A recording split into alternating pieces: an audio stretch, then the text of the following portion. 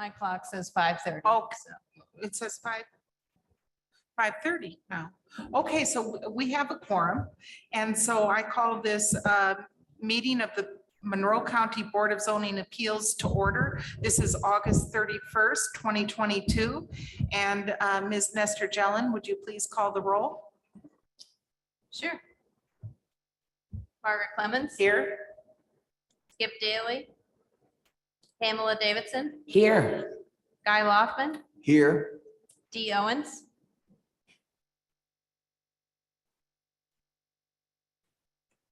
There's a message in the chat. Yeah, I think she might be coming online soon, and Skip will be here soon, but we do have 3 in-person members, which is a quorum to get started if you would like. Okay, so Dee needs to be elevated to panelist. Okay. Is she elevated to panelist yet? Let me see. Yes. Okay, so could you, Hello, my sound was off. and so you're present. I am present. Roll call. Yep. Is there a motion to introduce the evidence?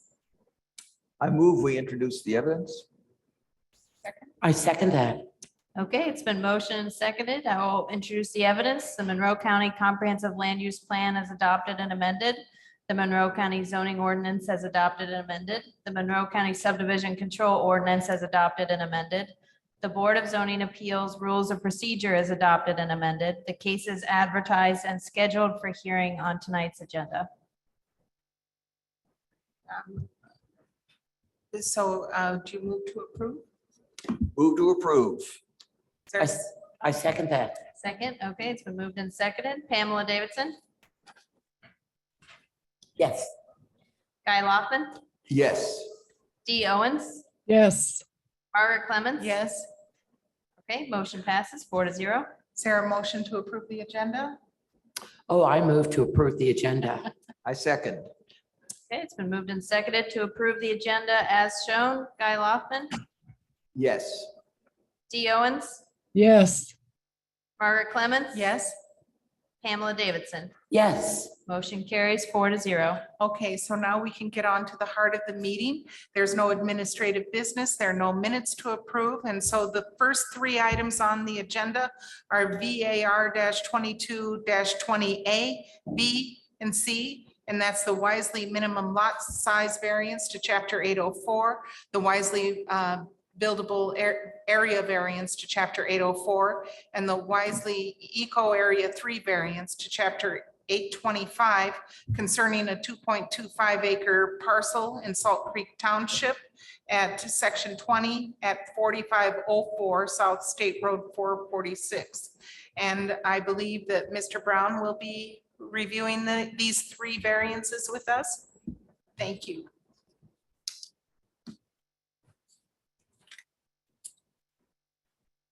Thank you. Just a brief recap, as it's been a month almost since we reviewed this last.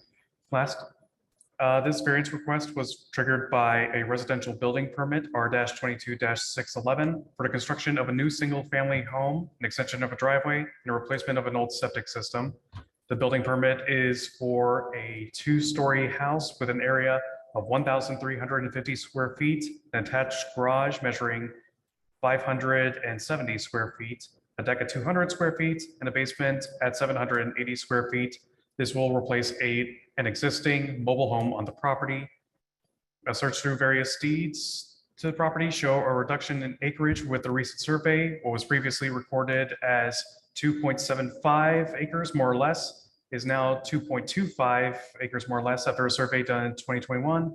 Since we must go by the survey acreage and not the prior legal acreage, a minimum lot size was needed. And here we can see the site. It is within the Eco 3 area as the map on the right shows. It was also in the Eco 2 area, but there has been a modification to the site plan since the last meeting. This shows the site itself with the current existing mobile home, as well as the slopage. I'm sorry, slopage is not a word. It's a good one. I like it. As well as the slope on the property. I, again, don't think my camera skills are up to snuff, but I think that potentially shows the sharp decline of the property towards the eastern side. And here are the site plans shown side by side. The new one is on the right and the old one is on the left. As you can see, the proposed home has been moved out of the Eco 2 area. Hence, the Eco 2 variance has been dropped from the agenda and dropped from this project. There is still, however, a portion of the proposed house that is within both an area of 15% or more slope, as well as the Eco 3 area, as shown by the green line that shows 18% slope on the property. So with this revision, staff recommends approval of all three variances: the minimum lot size variance, the buildable area variance, and the environmental constraints overlay 3 variance, with the condition that the petitioner must apply for a residential demolition permit concurrent to the residential building permit for the removal of the current mobile home. Thank you. Do members of the Board of Zoning Appeals have questions for staff? And let the record reflect that Skip Daly has arrived and is present. Thank you. Welcome. Yes. No questions. I have one question. What caused and instigated the reduction in acreage on this property? And how pervasive is that throughout the county? I somewhat hypothesized that myself. I think our best guess is that the prior survey was done incorrectly. As far as we can tell, that 2.75 acreage stretches back several decades. We think that maybe I think it's been suggested that maybe because of the severe slope on the property, it was eyeballed. The acreage was eyeballed instead of accurately measured. I see. Well, thank you for that explanation. I've noticed some reduction in my own acreage, so I was curious how that happened. So with that being said, I would like to welcome the petitioner or the petitioner's representative, Mr. Deckard. If you would please sign in and, well, you know the drill. We'll swear you in after that. It's good to see you. Good seeing you guys. Thank you.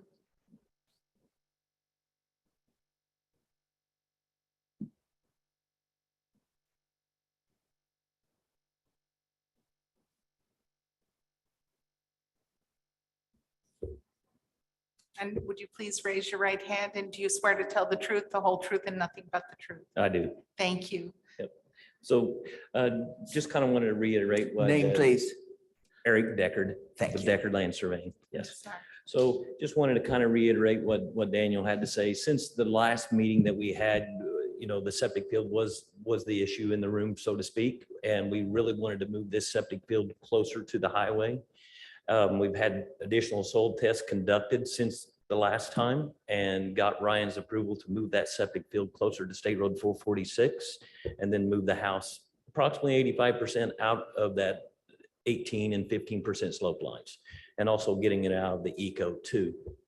So that's only going to leave us with approximately 60 feet of structure that's going to be in the 15 to 18%, but you still have a patio. So in grand total, what would infringe onto the 15 to 18% is 400 square feet. It's great. Do members of the board have questions for Mr. Deckard? I do not. Okay, I do not. Okay. And okay, so you're from Nor I. oh, yes, online. Yes, are there Dee, do you have a question? No, I do not. Thank you. And so we will move now to members of the public who are attending in person, who are in favor of this petition for 3 variances. If there are none, I'd also like to open it up to members of the public who are attending by Zoom or by telephone. If you would like to be recognized to speak in favor of this petition, please raise your virtual hand or press *9 on your telephone to be recognized. There's none.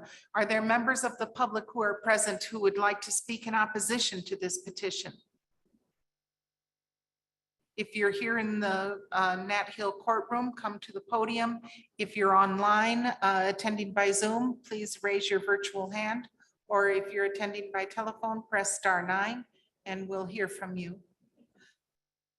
With that being said, and we see no people in support, no members of the public who'd like to weigh in on this issue, is there a motion or further discussion by our board?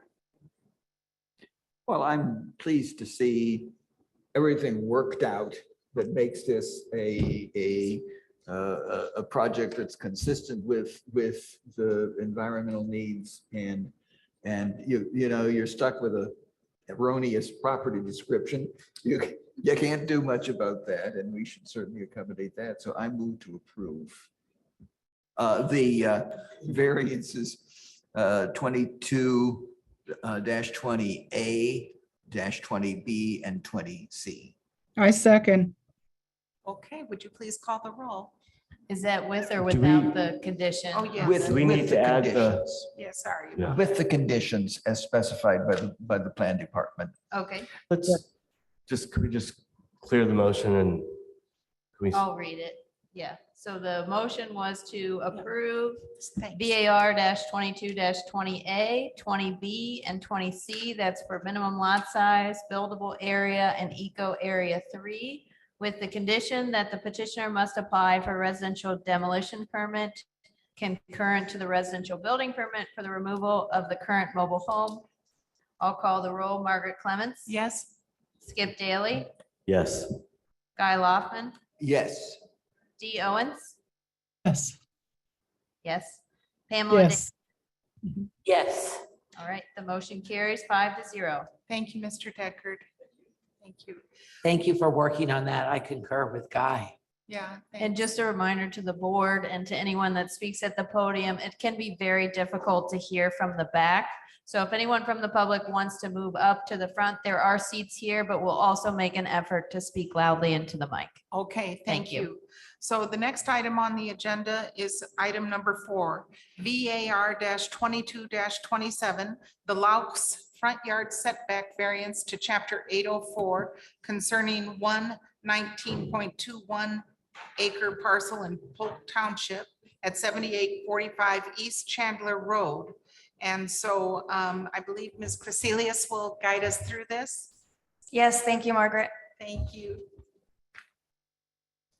Okay, so the petitioner is requesting a variance from the front setback requirement of 25 feet from chapter 804. They've applied for a residential accessory structure for a stick-built carport that is 30 by 40. The property currently contains a single-family dwelling. The location that the petitioner is proposing is a current gravel parking area. So they're proposing that the structure is located to be 15 feet from the property boundary. The front setback is 25 feet. That's what's required by chapter 804. So that's an encroachment of 10 feet. If the variance is approved, the petitioner will continue with an IOP application to permit the structure with the 10-foot encroachment into the front setback only for this carport structure. If the variance is denied, the petitioner will be required to meet the 25-foot setback. So on the screen is an aerial image. Just please note that the thicker blue line is really a better approximation of the actual property boundary. On Elevate GIS, it does appear off. So the red box is the approximate location of the carport. So the property does have slopes on it, but the area that they are proposing it is in buildable area, and there is buildable areas surrounding. So staff does recommend denial of this front setback variance from chapter 804 for an encroachment of 10 feet. And the reasoning is that the structure could be relocated 10 feet farther to the north and meet the setback requirement and would still be located within buildable area. Okay. Are there questions of the staff by the board? No? Well, then, pardon me, Pete? Can you guys hear me? We're waiting to hear from, we haven't opened it up to the public yet. Well, I'm John Laux, in case it matters. I thought I would have a chance to say something, but that's fine. No, yes, you do, sir. And I didn't know that was you. So if you would please, in your home, raise your right hand. And do you swear to tell the truth, the whole truth, and nothing but the truth? Yes, I do. And please state your name, and you have 15 minutes to go over this request for a variance with us. Okay, thank you. So my name's John Laux, and I got a little nervous there.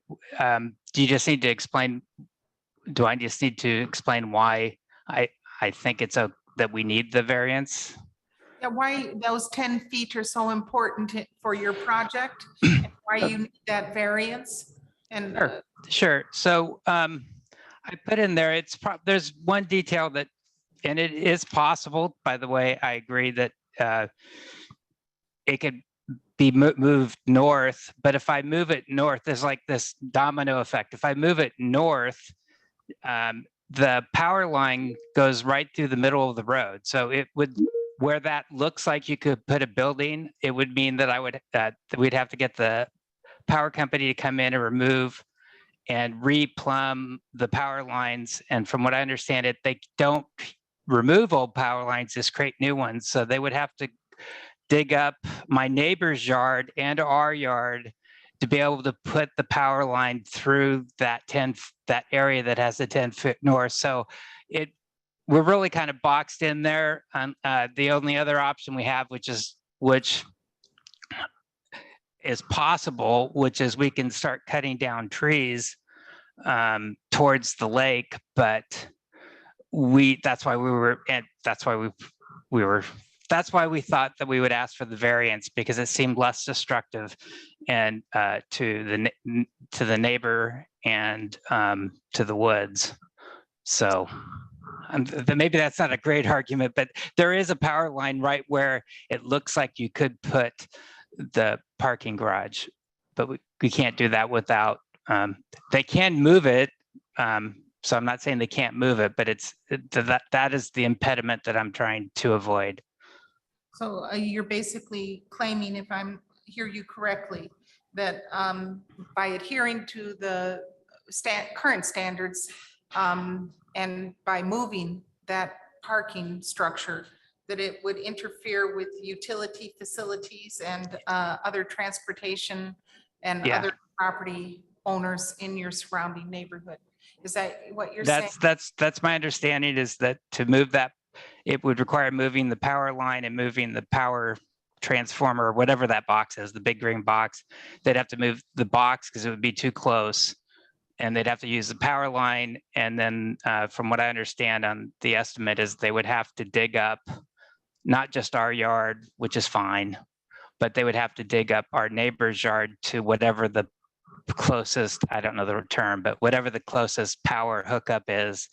And so it would go through their yard. They dig a new line. They don't take out the old cable, the power line, and put one down over on top of it, as my understanding. They kind of dig a new one. May I ask, Mr. Laux, how do you know that? Where did you get that information from? From the power company or? From the power company. We had them come out, and I don't have them on the thing, but they came out and gave us estimates and options, and they tried to explain, the distance the structure has to be from the power and where the current power lines are. And we had them all marked. We had them all, everything come out to mark the power and the water. And we're just trying to assess at the end of the day, with the grade limitations and the power, where the power is. And on the other side, which looks, well, but then we have the leach field. So at the end of the day, almost all the land that we can put something on is taken up. And so that's why we kind of were like, it's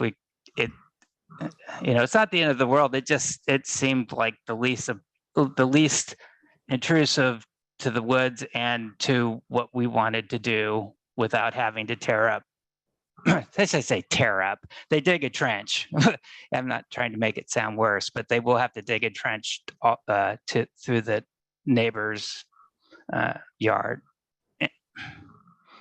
And may I ask another question? Yes. traffic does that road right there in front of this area get? Almost none.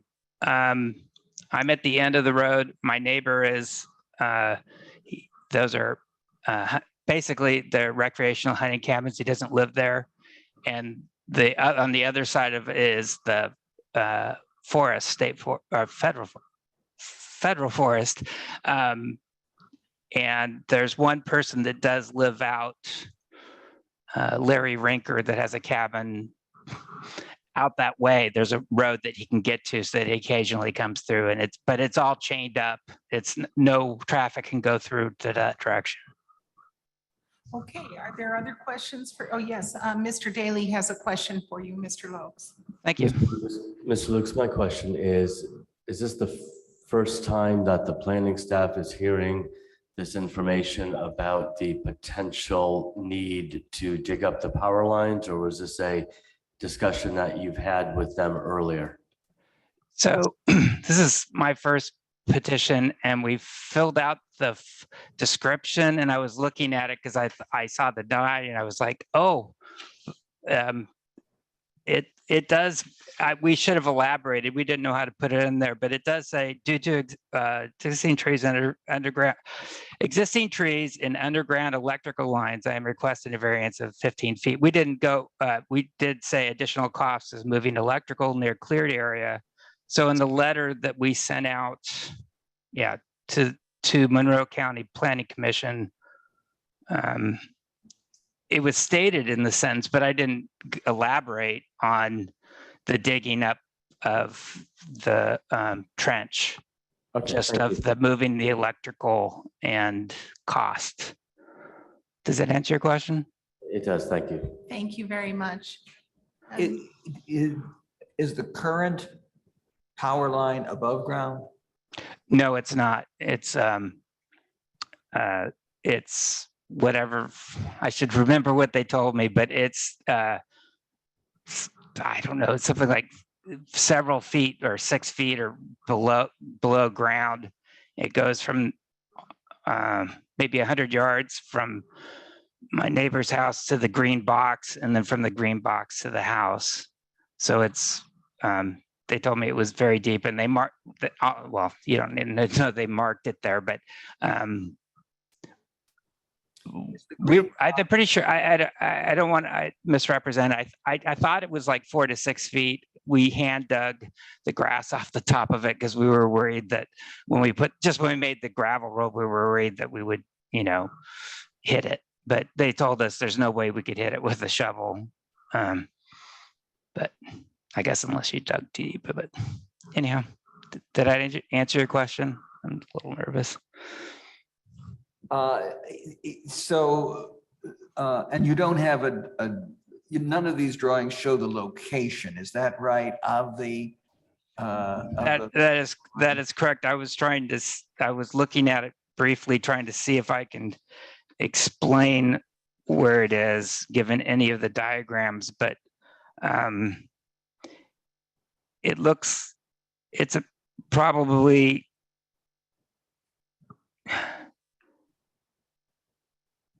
I'm just going to estimate like 15 yards north of, it comes diagonally across and across underneath the road that's the driveway that we put in. And they said that was fine. But as far as an exact location, no, I'm sorry, I could update that, but it would, given that it has to be, well, they could move if they move the box, I'm not sure. Let's see. I don't even think we asked them if they moved it, if we moved it north, because I think then that would be,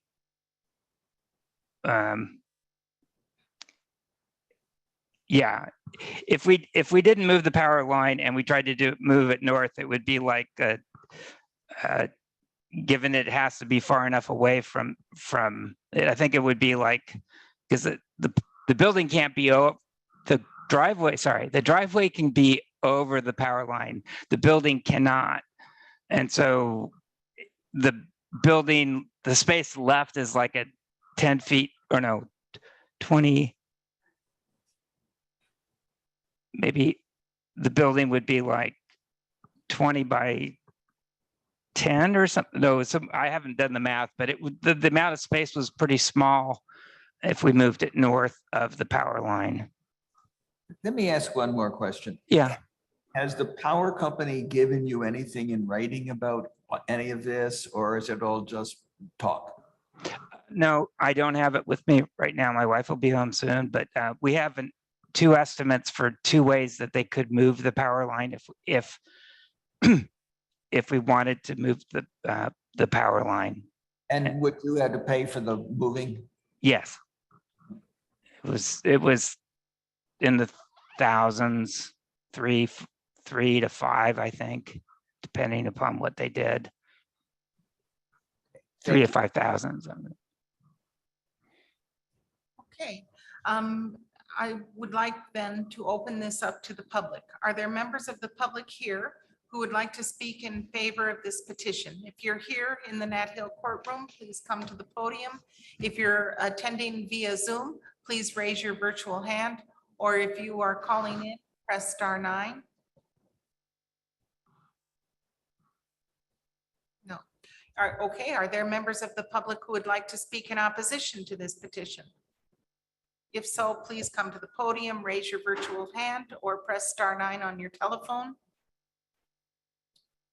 And if there's none, I'd like to bring it back to the Board of Zoning Appeals and for further discussion. Yes, Mr. Daly. I have a quick question for staff.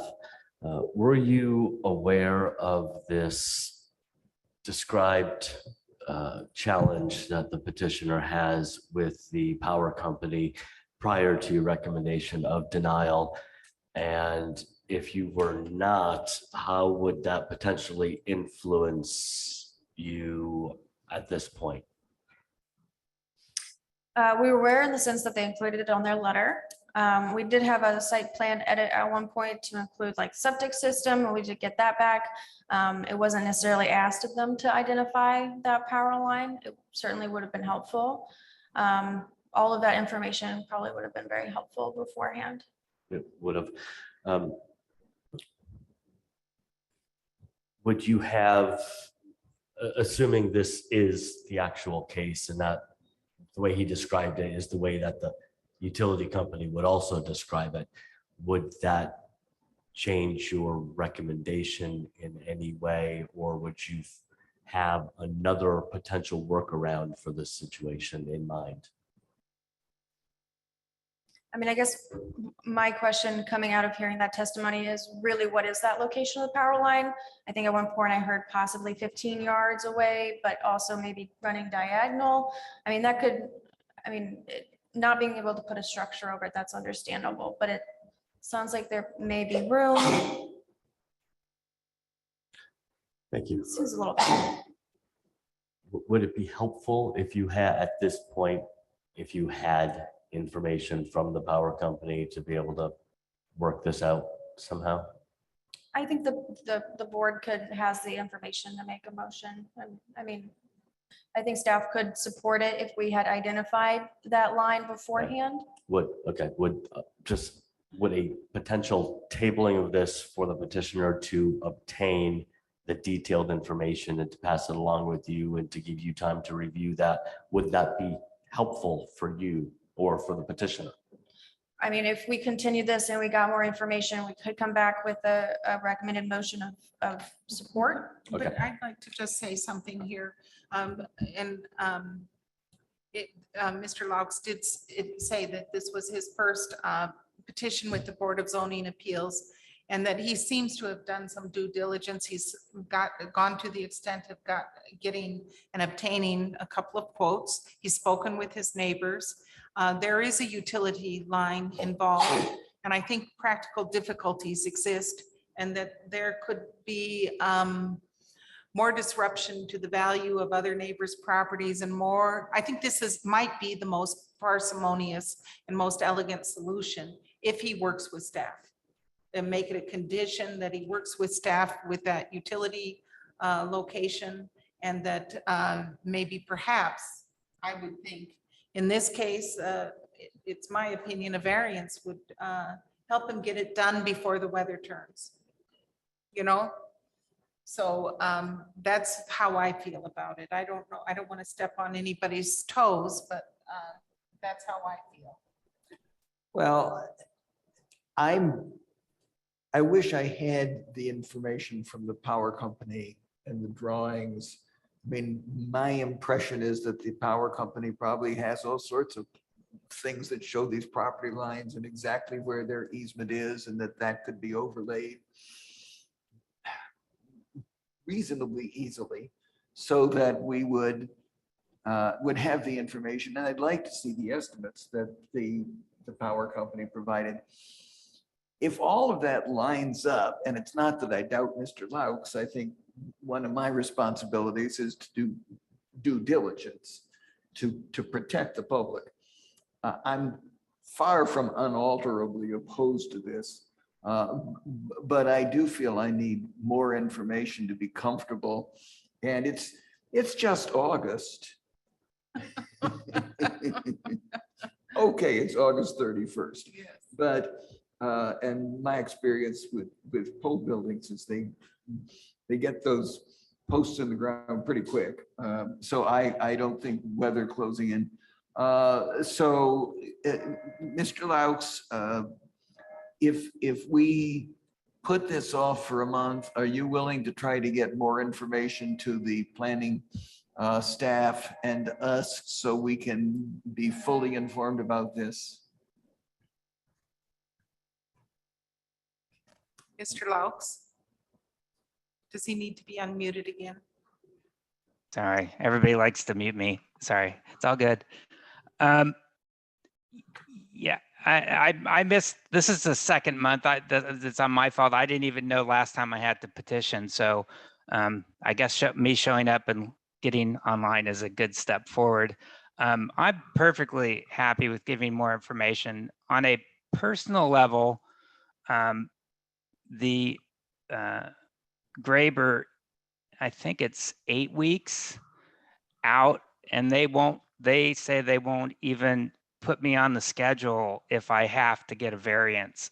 So I'm only pushing back in the sense that it's not the end of the world if I don't have, covered area for the boat and the cars, but there is sort of a month that's I don't know, it's gonna be a long month.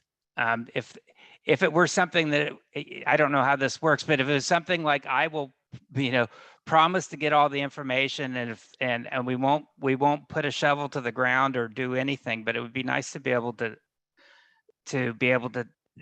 start getting in queue with the builder, because otherwise we'll wait a month and then we get to go into the queue. And maybe that's just the builder, but he doesn't want to commit to anything if there's a variance. And so to answer your question, if the only option is that I supply the information, which I can do certainly because I have it somewhere, make copies of the power supply quotes, and then try to draw a line and show you where the power line is, and give measurements. I'd be happy to do that is the short answer. That wasn't short, it wasn't. But it sure would be great if this was more of a just making sure it was okay before we did it. I don't, but I could go ahead and tell the builder that, unless something terrible happens or something that it's a go, as opposed to, having to wait even longer. Because I don't know what that, I think, again, not life or death, but it's going to be like a month, whatever the variance is, plus probably 2 months or 3 months, depending upon the queue. But yeah, sorry, I'll be quiet. Thank you, Mr. Laux. So it's still my my desire to see this approved with conditions, and then it would be efficient for us and efficient for him and efficient for the builders. But that's I my, will make a motion to approve the variance upon the variance 22-27 with the condition that the petitioner shows planning department staff adequate resources from the power company describing the hardship and works with planning department to have the least negative effect upon the environment right there. That's a long motion. It is. Can we also add that to see the two estimates that he's already procured? Yes. That'd be great. And have a utility locate I service. can't wait to hear the staff repeat that one. So, So it is, well, somebody want to second that? Right, no, is staff comfortable saying, sure, if he satisfies us, then we'll grant it. If he doesn't, we're going to say he doesn't meet the conditions, and then it would come back to us at our next meeting. So if you are recommending approval or voting approval tonight, and there's no quotes from the electric company or anything like that, then we can't really, we might be able to take it back for lack of conditions. I don't think we should, I am not going to vote in favor of passing it tonight because I feel like Mr. Laux has come with a lot of very important information, and I can't support it until I've seen the information and evaluated it. I think I will be sympathetic if it all adds up, but I have to see it add up before I can vote in favor of it. Mr. Laux, is there any way that you could email us that information? We could push you to the end of the agenda? I will work as fast as I can to go find it. Is that okay? Could we I do think that? that's I great. motion that we table this to the end of the meeting. Second, Okay, all those in favor? Yeah, I am. Yeah, Yes. yes. All in Okay, favor? Mr. Laux, we'll be hearing from you soon. And in the meantime, we're going to get on with the rest of the meeting. The next two items on the agenda have been continued by staff. The fifth item on the agenda is VAR 22-25, the Jason Deckard minimum lot width variance to chapter 804 concerning 1 2-acre parcel in Bean Blossom Township at 7118 West Walker Lane.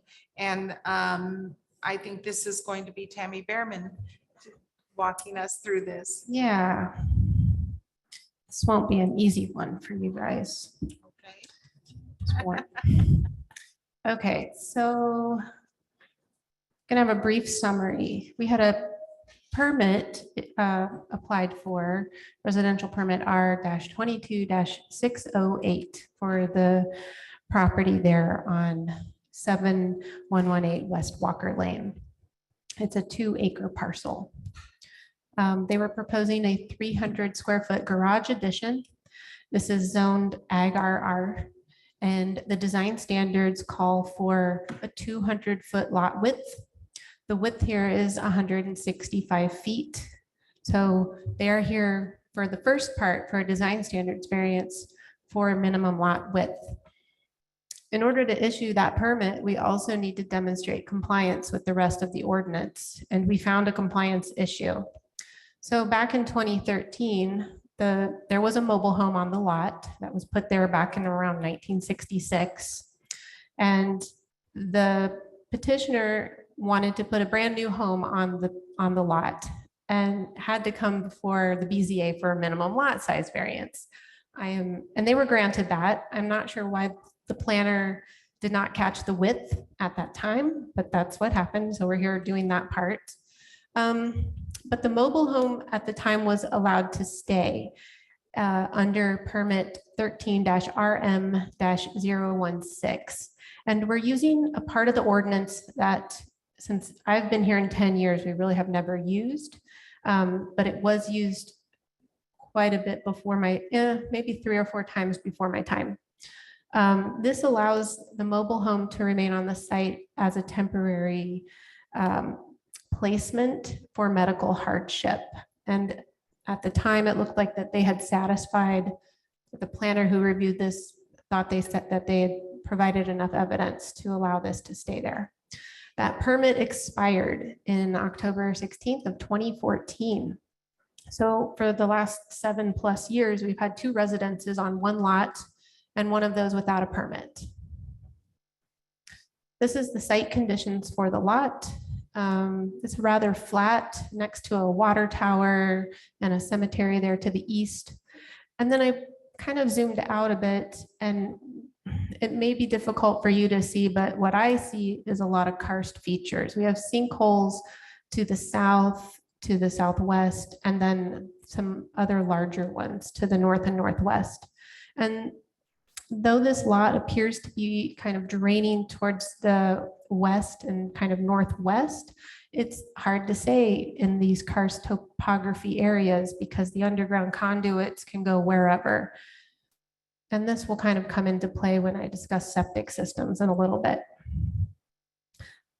So with regards to the lot width, we noticed that the parcel lines were really far off here, and we had questions whether the side setback was being met, but we had found a plat to the south, next, just to the right of the yellow line, and the Pinewood subdivision is a mention for this petitioner's lot. And we did some calculations and saw that there was maybe a 32-foot shift in the parcel layer up there. So we were able to justify that a side yard setback was not required, but we are still left with that minimum lot width to contend with. These are some site photos. This is the driveway that runs along the eastern property line. And in the shadows here is where the mobile home is. And back towards the back is where the newer home in 2013 was placed. This is the mobile home. It's a 1966 mobile home. You'll see some hoses and electric lines that are coming through the yard. They do have an RV on site at the moment. I'll go into that in a moment. This is the mobile home here again. And then this is the 2013 home that they're planning to do the expansion for a garage. And the garage would go here. This is again a photo of the eastern side of the mobile home. And then this was, I may do a follow-up visit to confirm that this was just a temporary RV placement. You're not allowed to live in an RV, but the petitioner stated that this was family that was visiting. I'm going to take them at their word, but I might still do a follow-up just to confirm that we don't have a non-compliance issue here. And then again, where the addition's going to go, the mobile home back here, and the garage. So the petitioner, we worked with him to get a site plan that would meet our specifications, and this is what we ended up with. So here's the 2013 house with the yellow representing the proposed garage addition, and the mobile home here. There was a septic permit issued for the 2013 home. And the 1966 mobile home, we do not have a record of a septic permit. We reached out to the health department and a real estate inspection was performed. I'll go into that here momentarily. So in the packet, I do have the improvement location permit that allows the temporary medical hardship manufactured home to remain on site in 2 places. It does state that it expired in 2014. I will say that in around 2013, we had an extensive staff turnover. So I'm not surprised that this maybe got lost in the shuffle, but you know, the petitioner should have come back and done this process properly. It was for the purposes of allowing his grandmother to remain on site nearby, and I believe his mother was helping to take care of that individual. The grandmother, I believe, has since passed away. And so it's the mother that lives here now. And this temporary mobile home placement was supposed to have not remained in place with the changing of people living there. I did do a compliance review against Chapter 814-4. and went through each individual step to see if we were meeting compliance. The one thing I think that really kind of grabs me is that we don't have a septic system locate or compliance in that part A1. The second part, hit my notes so I can get that easier. This one. So the second one is to provide a licensed physician certification, and that was provided under Exhibit 7. With number 3, we have to notify interested parties. That was done. I think I only had one person who called to inquire, and they did not seem to have an issue. They need to demonstrate compliance with all other land use and ILP requirements. We don't have compliance with minimum lot size variance, so that's kind of pending at the moment, which is why I made it an orange color. Fees for administrative review. We did see the fee paid for this administrative review process, but there will still need to be the $100 fee. If it is approved, they will need to come back annually to the Board of Zoning Appeals, pay the fee for this, which is $400 currently, and then also pay for the permit fee for $100. We have had one of these other temp mobile home placements that was converted into an accessory dwelling unit. It seemed to meet the criteria a little bit better. And then we have Part B, temporary improvement location permits and temporary land use certificates shall expire 12 months after the date of issuance. And so we did see that the one that was issued in 2013 expired. It's been there still 7 years without any permits. And they didn't, and from what I can tell from database searches, that they made no efforts to make an application until we kind of found out during a different permit review process. And so let's continue on. Okay, the real estate inspection. We had been in contact with the health department and agreed at the time that this would probably be the thing that would help us determine if they were meeting that one criteria A in chapter 814-1.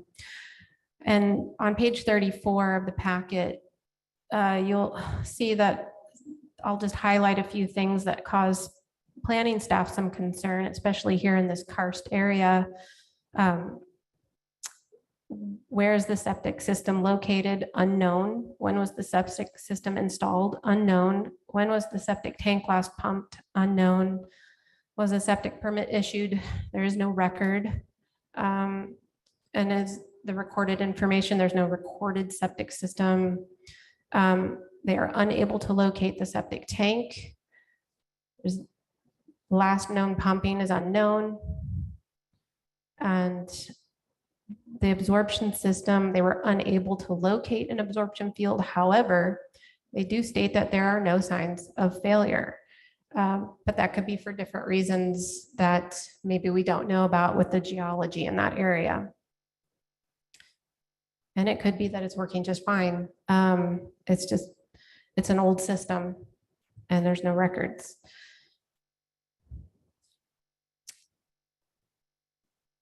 There were letters submitted by the petitioner, both one for the administrative review process, stating that his mother must be in constant contact with family members, and also reiterating that there was no visible signs of failure for the septic. And then we have the letter from the healthcare professional. And then I did include on the last page of the staff report, staff work, we put in a lot of time in this one, kind of trying to present some options here. One was just to remove it outright and not go through this process, and that's not easy. The other one was to possibly see if they could convert this into an accessory dwelling unit. And then we have this one, which is to continue to try to obtain this temporary mobile home placement that they'll be here coming annually for if it's approved. And so, we tried to provide them with as much information as possible to make the decision and have them reach out to professionals when possible to assist. And so with that, with the variance petition, VAR 22-25, staff recommends approval of the minimum lot width variance request. Reasoning is that the property has been in this 168-foot wide configuration since at least 1969, and that's from the old BZA staff report, and is considered a legal pre-existing non-conforming lot, and we already have some structures there. And then with ADR 22-3, staff recommends denial of the temporary mobile home placement under chapter 814 request. And the reasoning is that the standards under 814-4A1 have not been demonstrated to be in compliance, particularly with letter A. And I will read that one more time. To obtain Monroe County Board of Health approval for septic system installation or provide proof of sewer hookup, which we don't have out here. So does anyone have any questions about this one? Do we know if either the house or the mobile home have a septic system available? Because I see that on your map, there was an application granted, but did one go in for the house and or mobile home? Yeah, there is a 2013 septic permit for the new home. And that's still on file with the health department, and we have a copy of it in our records as well. So that bodes well for the new home, which was supposed to be a permanent home.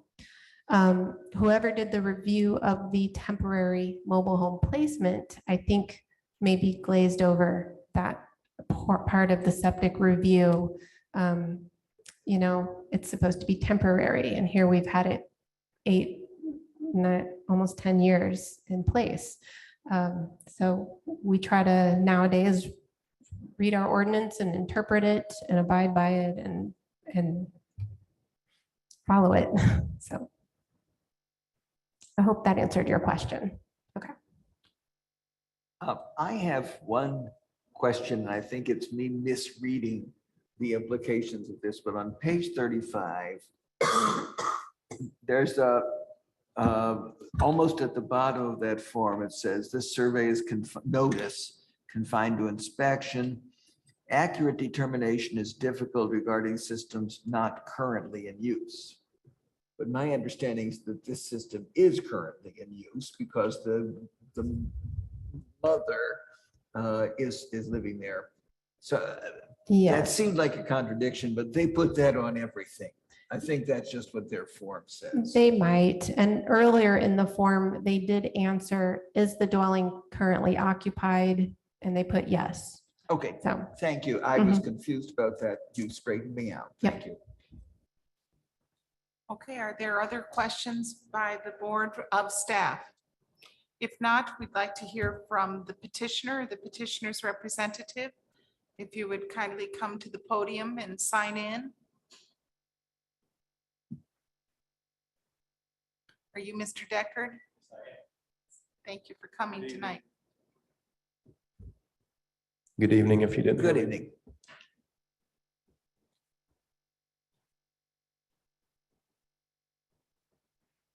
So tonight I'm asking Oh, for, sir, I need to Sorry. swear you in, sorry. Would you please raise your right hand, state your name, and then do you swear to tell the truth, the whole truth, and nothing but the truth? Jason Decker, yes. Thank you. Yeah. Thank you. So yes, we'd like to hear from you about this property. Okay, so about 3.5 months ago, I applied for a building permit to put a 20-foot addition on my garage. I was then contacted by the planning department, and I was advised that there were 2 major problems. They wanted to know if I had ever renewed the medical hardship permit that was taken out in 2013. And I said, well, no, you know, I've had a lot of things on my plate. You know, my grandmother was in very ill health. She passed away on May 30th, excuse me, of 2020. And so in the course of this all happening, my mom had to move in and take care of my grandmother. And it ruined her financially during this process. And also it deteriorated her health very rapidly. So in the presentation, you'll see a letter from her doctor stating that she has to be in constant contact with family. Okay, sorry.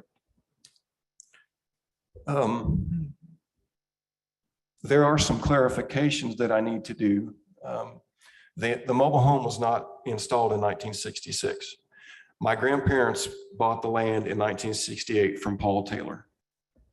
And I've lived on this piece of land my entire life. I just turned 49 years old on the 14th of August. Happy birthday. Thank you. So when my grandmother passed away in 2020, my mom said, what am I going to do? I don't have a place to live. And I said, just stay here and I'll take care of you. She has no money. I pay all of her utilities, everything. And I even buy her food because she has no means to support herself. So in the course of applying for this building permit, all this came out. I was informed by the Planning Commission that the building permit that I was issued in 2013 was actually issued to me illegally because I had not been put through the minimum lot width variance as I should have. They took me through the minimum lot size variance, but apparently the minimum lot width variance got overlooked, forgot about, and Tammy stated several times that they had a high staff turnover rate back then, you know, whatever, but even back then, I'm not sure about the turnover rate, but it got missed, okay? So in the course of this, I reached out to Lee Jones to try to ask her what I should do.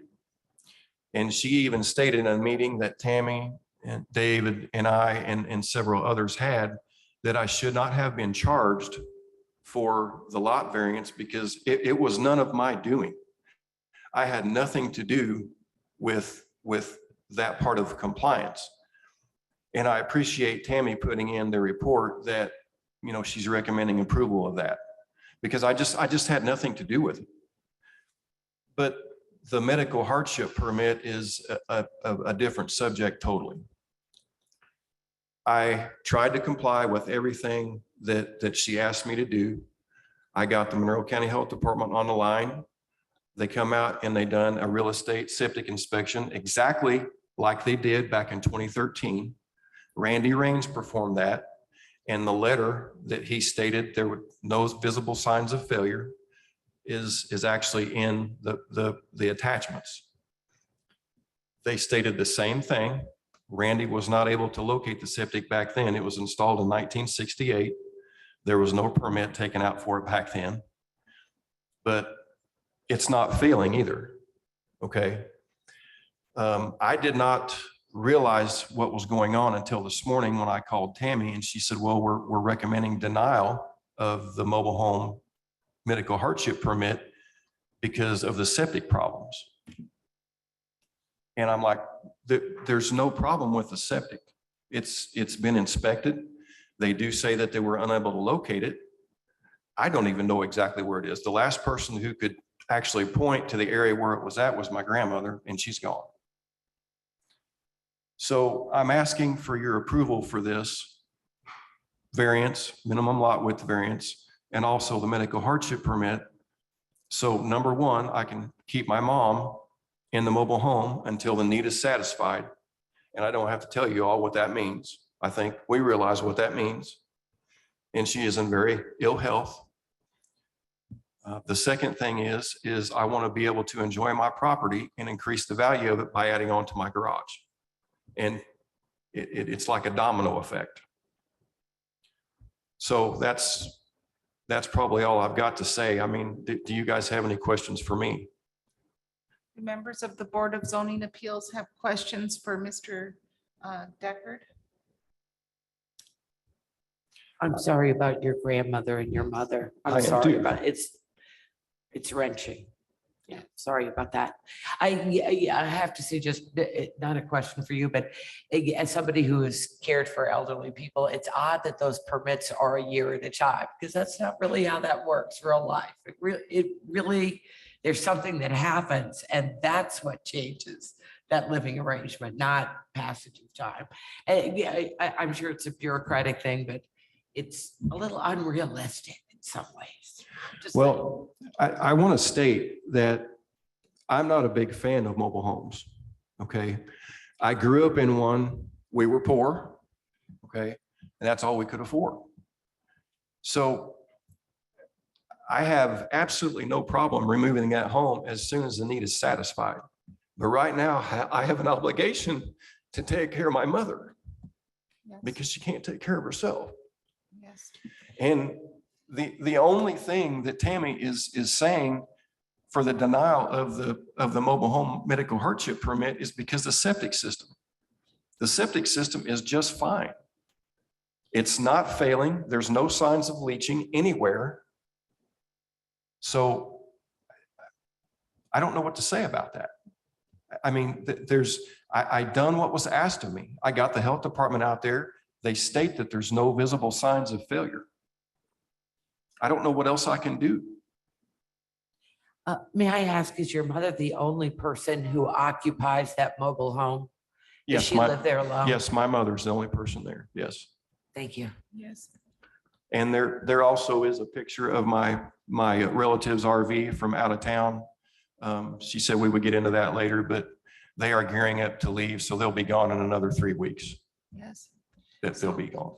Well, you know, So- your family's coming together and that's important. And you're providing some comfort and social involvement with your mother and your other family members. And that's important. You know, that's important. So we thank you for your testimony. And we heard also that you, in your testimony, that you, and you're under oath, that your grandmother could point to where the septic system was. So that's important to us as well. So with that, And may I also add that he said he is willing to remove that when this medical need for his mother is no longer the need. He Well- also said that in his testimony too. yes, but Like I said, I don't have to, I mean, we're all grown up human beings in this room. I don't have to tell you what that means. right. So yes, and so anyway, thank you for your testimony. And I'd like to. I'm, Oh, Mr. I may Loftman? have a question Okay. here. And again, I'm confused. And there was a permit issued in 2013? Yes, there was And what was that a permit for? it was the same thing. It was the same exact thing that I'm asking for now. It was a medical hardship mobile home permit. Okay, and that's the only thing that was applied for in 2013? Well, other than the building permit Okay, and the for building my house. Yes. for your house. So you built the house based on that permit and you got the medical hardship. Now you want to add on to the house and you have a similar medical hardship that you want recognized. And you are promising that if your mom moves out to some sort of care facility or otherwise ceases living there, that you are going to haul off that mobile home promptly. Very quickly. Yeah, so as I understand it, Mr. Loftman, the 2013 building permit was issued with the problem. It did not comply with the minimum lot width variance. And so that was issued, the building permit was granted, and they built the home, and now he has to retroactively go back and ask for permission to build what was built, what he already had Well, permission to I build. think he's now expanding the garage.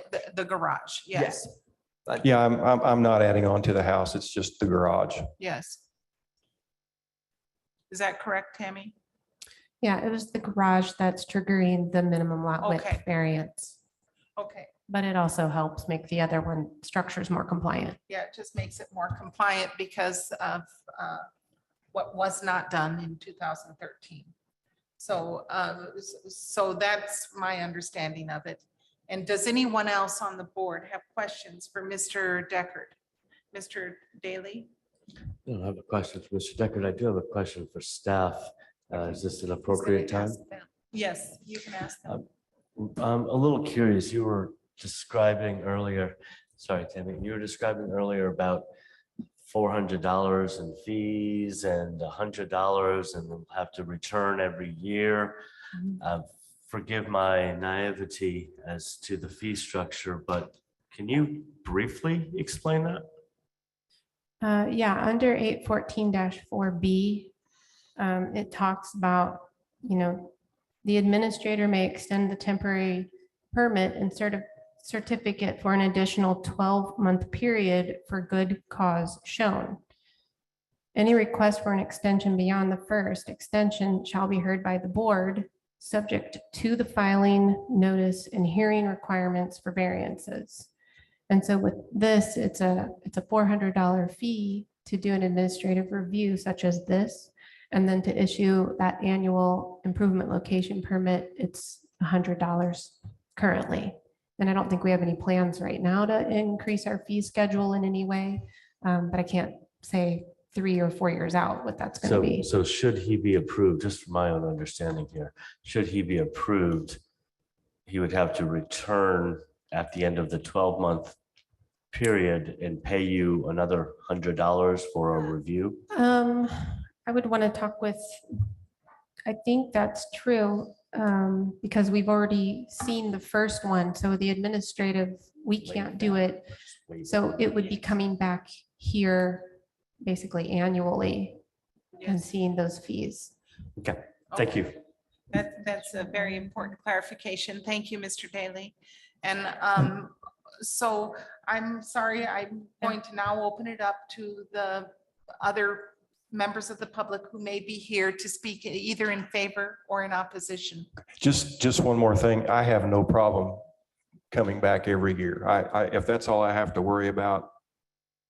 I had a pretty close call about 3 weeks ago at work. I had a cardiac event and they hauled me up to Methodist and luckily it was okay, but the stress of all this is Yes. not making it any better. We're sorry for that, sir. We're sorry. Thank thank- you for coming tonight and we're Thank you for sorry. hearing me. Thank you for taking care of your grandmother and your mother and with love. That's what we do. Yeah, that's what we do. That's right. So I'd like to open this up to members of the public who are here to speak in support of this petition. If there's anyone here, and I see a gentleman coming to the podium, who, while you're signing in, I'll also ask members of the public who are present online to raise their virtual hand or press *9 if they'd like to be recognized to speak in favor of this request.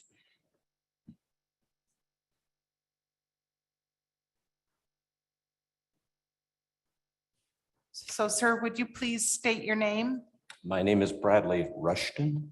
Could you say Rushton? Rushton? Yes, ma'am. Yes, and would you please raise your right hand and do you swear to tell the truth, the whole truth, and nothing but the truth? So help me God. Thank you very much. You have 3 minutes to speak in favor of this. Yes, ma'am. My name is Bradley Rushton, as I elaborated on. I live at 7182 West Walker Lane, which is directly west of where Mr. Deckard lives. We've known each other since we were kids. Lived out there. I knew his grandpa, his grandma, and salt of the earth people. His grandpa was quite the codger, but everybody liked him. I know his mother, Pam, and as a younger man, she came out to help take care of my grandparents. They lived in the house right next door, which was 7152. It's a family, 2 pieces of separate property. Known him all my life. And if I've ever needed anything, he's always been there for me and vice versa. I don't know the details of all the aspects that you folks are discussing, but I know that as far as septic tanks are concerned or runoff, we're not having it. It's not on my property. I don't know what else to elaborate on. I know firsthand that his mother is in ill health. I know he had a really hard time with his mother passing. And I feel for him. 2016, I lost my father. And before I did, He was offering to help. He doesn't need the stress. And I appreciate the ordinances and whatever else you have to follow, but time's ticking. Let him enjoy the time that he's got with his mother. It's a good structure. It's solid structure. Let them have their time together. And that's all I have to say. Thank you, Mr. Rushton. Thank you. Thank you for coming tonight to support your friend and neighbor. Thank you. Are there other members of the public who would like to speak in support of this petition? Seeing none, are there members of the public who would like to speak in opposition to this petition, either in person here in Nat Hill courtroom, online, or on telephone? Please make yourself known. If not, I return back to the Board of Zoning Appeals for further discussion and or a motion. Well, I'm pretty convinced that this is a pretty serious need situation. And I'm concerned about the septic, but I should have been concerned about the septic, many years ago. And it's not going to get a lot worse. And the annual renewal is what should have been happening here all along, but I'm not going to hold that against Mr. Deckard. And I'm glad to hear what anybody else to say, but I'm certainly leaning in favor of granting this with the understanding, of course, that will be renewed every year if needed.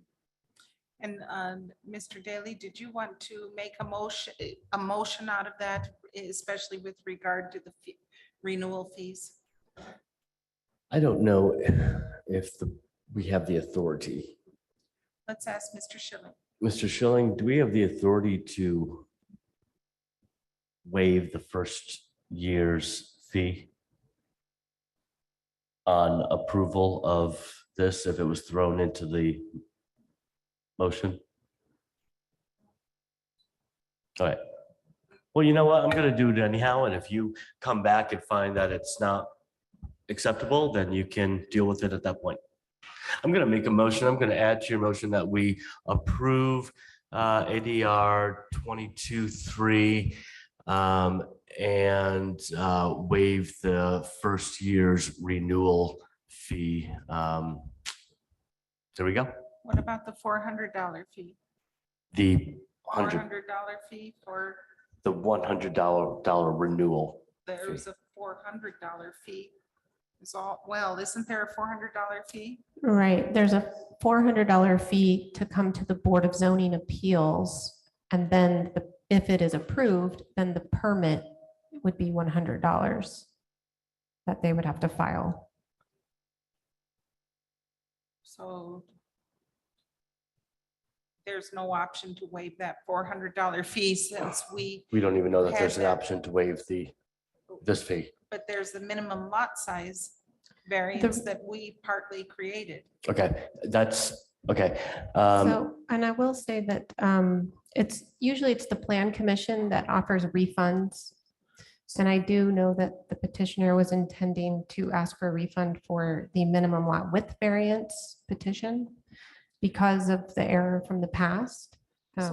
So we could support that. We, in our motion, we could support the Board of Zoning Appeals makes a recommendation to the Plan Commission that the $400 fee be waived. I will restate my motion that we approve variance, is this 22-25, is that Yes. correct? Okay, Yes. so the A, okay.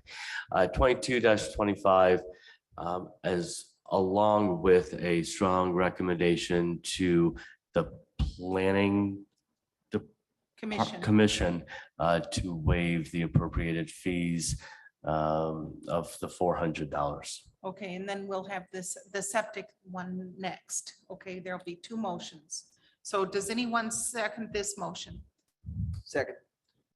Okay, would you please call the roll, Ms. Nestor Jelen? Yes, I'm gonna modify it just a little bit, and if you tell me that it's not. That's fine. Okay, So the first motion is on VAR 22-25, which is a minimum lot width variance to chapter 804. And this is a yes vote is an approval of the lot width variance, as well as your recommendation or forward of a recommendation to the Plan Commission to recommend approval of a future request for a refund. That has my blessing. Okay, all right, I'm a little, is he gonna have to come up with the $400 and then ask for it it's already back? been paid. All fees have been paid. Sorry. It'll be a refund. Yes. Got it. If he requests it from the planning commission, wink, wink. Yes. Okay, so I'll go ahead and call the roll then. Or is there a second? Did we have a second? Second, Okay, Okay, now, thank you. it's been moved and seconded. I will call the roll. Guy Loftman, yes. Dee Owens, No, Pamela Davidson, Yes. Yes. Margaret Clemens. Yes. Skip Daly. Yes. Okay, the motion carries 4-1. Okay, and now we have the remaining temporary mobile home placement variance or ADR. Yeah, 22-3. Is there a motion on this one? I move to approve 22-3 Deckard temporary mobile home placement under chapter 814-4.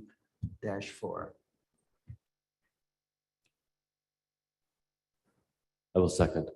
Okay, Yes. it's been moved and seconded to approve ADR 22-3. A vote in favor is a vote to approve. Dee Owens, yes, Pamela Davidson, Yes. Margaret Clemens. Yes. Skip Daly, Yes. Guy Loftman. Yes. Okay, it is approved 5-0. Thank you, Mr. Deckard and Mr. Rushton. Thank you very much and God bless. Thank you. We move on to the next item on the agenda, item number 7, VAR 22-26, the Cadlick front setback variance to chapter 804 concerning one parcel in Clear Creek Township at 7102 South McCormick Lane. And this is a 0.34 acre parcel. And Mr. Myers, oh, it's nice to see you tonight. Thank you. Nice to see you all as well. Thank you. All right, so this is VAR 22-26, Codlike front yard setback variance, chapter 804. It's located at 7102 South McCormick Lane in Clear Creek Township. Petitioner is requesting an after-the-fact front yard setback variance from a home addition that was completed prior to the petitioner's ownership of the property. The home addition / remodel was completed sometime in 2014 without permits. The existing single-family residence did not meet the 40-foot setback as measured from center line of South Matlock Street at the time of the addition was completed. As the home addition was completed without permits, a variance to the front yard setback was never sought, as it should have been at that time. The addition measures approximately 658 square feet and abuts against the existing detached garage, but does not directly connect the two. The addition does not extend the encroachment into the front yard setback. The home was placed there already encroaching into the front yard setback. So chapter 804 requires property zoned suburban residential to have a 25-foot setback measured from right-of-way from local roads. So the current location of the home encroaches into that setback and therefore requires the front yard setback variance when you expand on a structure that is already encroaching on something. So this situation comes to you tonight because the petitioner was in the process of selling the property when the buyer indicated that they were unable to locate a building permit for the addition / remodel. Since then, the petitioner has applied for an after-the-fact building permit and applied for the appropriate after-the-fact variance process to get the right approvals and permits for this. Okay, so here we have the location map. It's in Clear Creek Township. And this is South McCormick Lane running north-south. And then this street to the south of it is Matlock. We have the slope map here. Both of these parcels, it was one of the recommendations by planning staff that the petitioner combine these parcels as they were originally two separate lots. And since the home structure likely extends over that shared lot line, that they just go ahead and combine them. I believe that that step has already been completed by the petitioner. It's simply just adding some language to the deed documentation that states that the two lots are combined for planning and zoning purposes. Okay, so here we have aerial imagery from 2010 to 2022. You'll note that the addition was completed sometime in between here.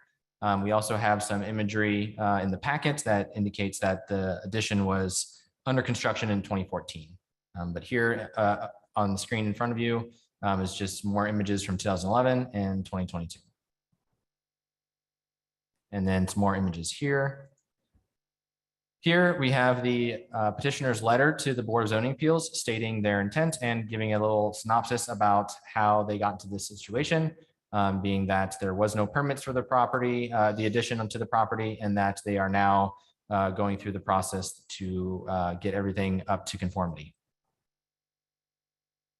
Here we have the site map that the petitioner provided with annotations regarding distances from property line, as well as other information like the location of the septic tank, as well as just a few other information items.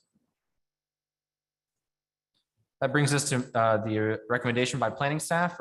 Planning staff recommends approval of the front yard setback variance request, citing that the petitioner has followed all the appropriate planning pathways to receive after the fact approval for the residential addition and that practical difficulties have been met. I will now take any questions. Do members of the board have questions for staff? Okay, we move to the petitioner. The petitioner's representative is here and would like to make a statement to the board. We'd be happy to hear from you. It's not required. Online, is there anyone? Yes. Yes.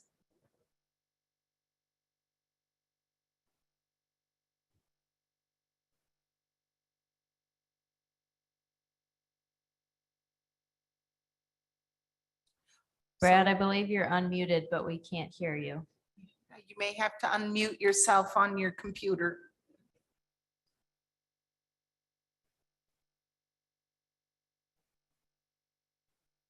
It's somewhere usually in the bottom left-hand corner of your Zoom screen. If you could try to unmute yourself there.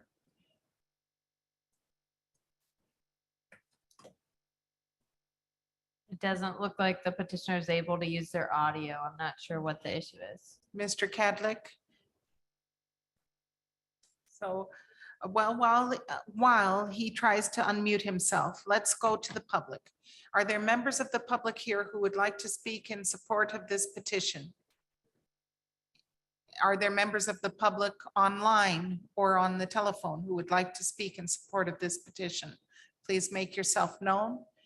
Is there anyone here who would like to speak in opposition to this petition? If you're online or on the telephone, please let us know.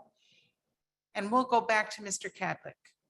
Mr. Cadlick, if we could hear you, if you can unmute yourself, that's fine. We'll continue to try to have a discussion among ourselves here at the board. If there's anything that anyone would like to add, I'm tending toward approving this. Staff, he seems to have worked so well with staff, and staff is recommending approval. And for me, that matters. So I don't know how other members of the board feel. I'm convinced it was a very thorough proposal that was put together. I will go ahead and make a motion to support staff's recommendation to approve variance 22-26. Is there a second? I'll second that. Okay. Sorry, Mr. Cadlick. We're sorry that we can't hear you, but we're moving forward and we hope you, we hope this works out. If it doesn't, we'll have to Okay, deal with so- that then. It's been moved and seconded to approve the Cadlick front setback variance VAR 22-26. A vote in favor is a vote to approve. Dee Owens, Yes. Pamela Davidson, Yes. Margaret Clemens. Yes. Skip Daly, Yes. Guy Loftman. Yes. Okay, the vote passes 5-0.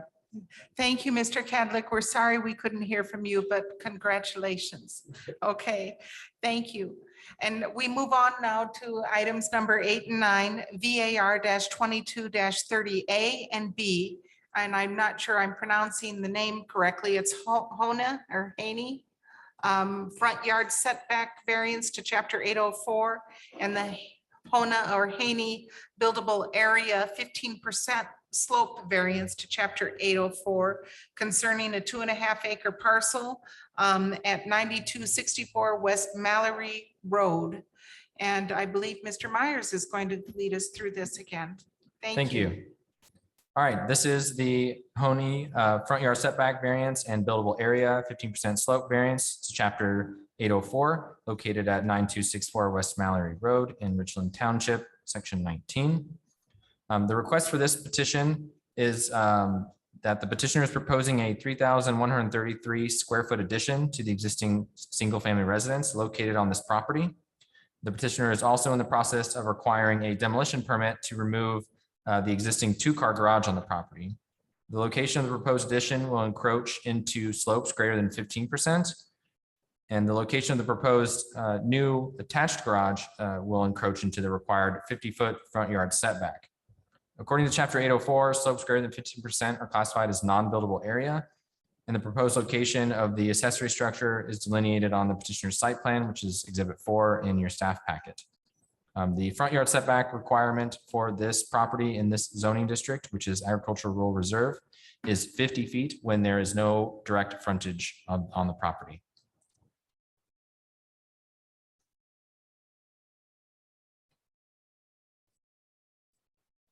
So here we have the location map. It's in Richland Township, and then West Mallory Road is down here. The slope map here, as you'll note, a lot of slopes greater than 15%. Everywhere in red is over 15% in slope. And we'll note here in a moment, looking at the site plan, that the proposed addition will encroach into the sloped areas to the west of the existing home. The detached garage that you see on the bottom of the slope map here will be removed, and an attached garage will be constructed extending south from the existing home that will still encroach into the 50-foot front yard setback, but will not as much of an encroachment. Here we have the site plan as provided by the petitioner. As you'll note, the proposed addition extends into the 15% slopes. And then again, here you'll note that the detached garage is listed here to be removed, and the proposed new attached garage here as well, which will be extending, I believe, approximately 13 feet into the 50-foot front yard setback. There is an overhead power line located on the property that extends running to the northeast, and also the existing septic field over here as well. Both of those features do limit the buildable area on the property that is under the 15% slope, which feeds into staff's recommendation on this petition. Here we have some on the ground photographs of the petition site. You'll note the power line here on the right photograph and in the left photograph. Some more photographs here of the petition site, and to give you an idea of what the slopes will look like on the right photograph. The petitioner is intending to build a walkout basement type design for the structure. So that will assist in limiting some of the disturbance to the property aside from the cutting into the slope. And yeah. Here we have one more angle of the sloped area that extends off of the existing single family residence, as well as the letter to the Board of Zoning Appeals from the petitioner stating their intention of the addition.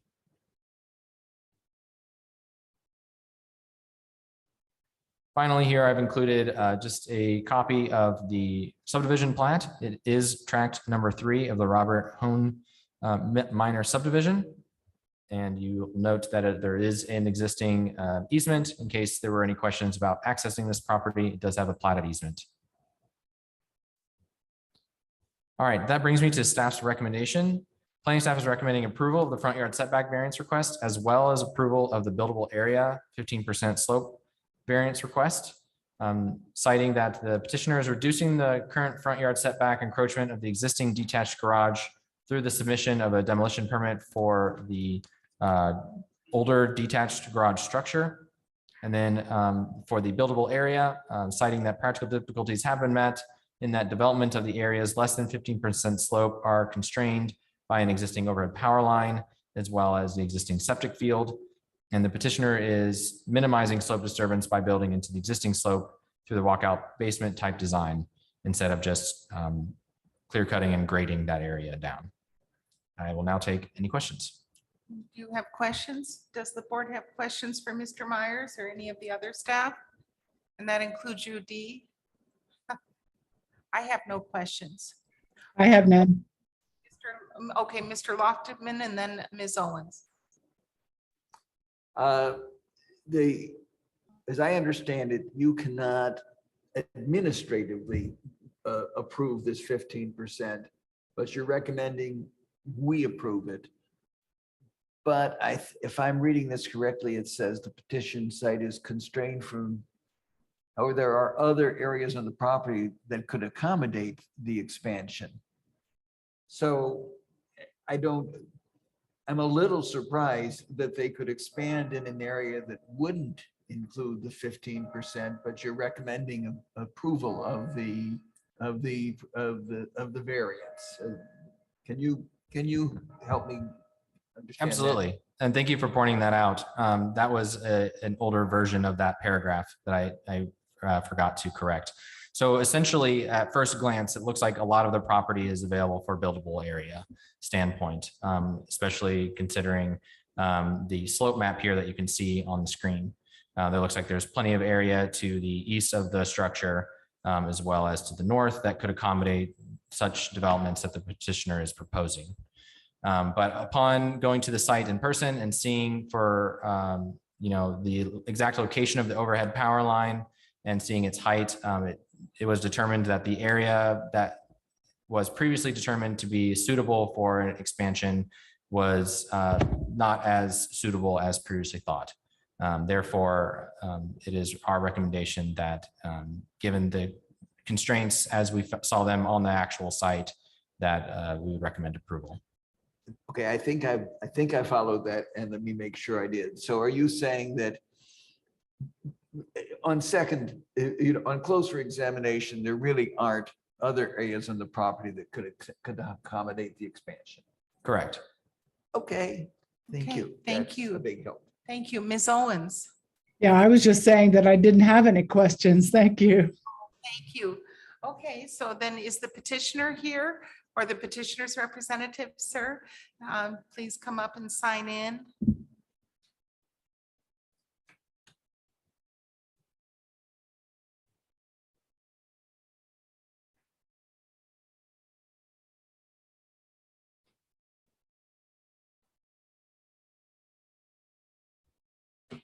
Would you please state your name? It's Robert D. Hohen Jr. like Hohen. Hohen in a garden. Okay, thank you. Yeah.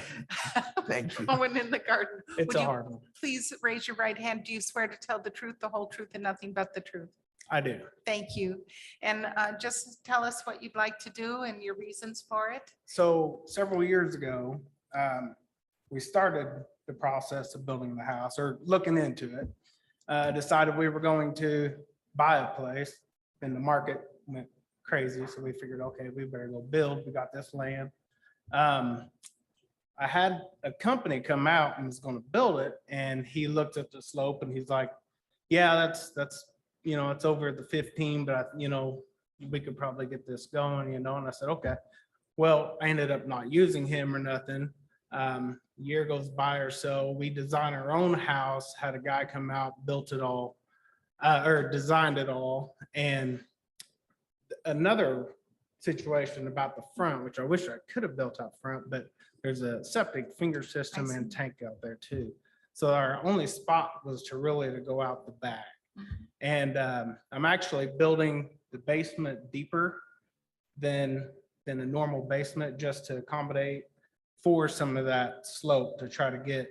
And that when they put the original house in, that slope in the back was my surveyor guy said that that's kind of artificial dirt. That's what they pushed over the end.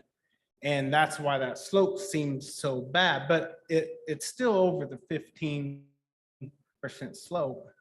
But as you get to the bottom of that picture that you saw, it does kind of start to come back up just a little bit. So it's not too bad. And we think that the deep basement's really going to help out with that. So, but that's, other than that, Mr. Myers hit, everything else on the head. So he Well, done good research. So thank you for that, Mr. Hohen. Do members of the board have questions for Mr. Hohen? Okay, well, thank you for coming tonight, and then we'll open it up to public. And if anybody contests too much, you'll have a chance to come back. Is there any member of the public who is present who would like to speak either in favor or in opposition to this request? If so, please come to the podium, raise your virtual hand on Zoom, or press *9 on the telephone. We see none, right, Jackie? So I bring it back to the board for further discussion and or a motion.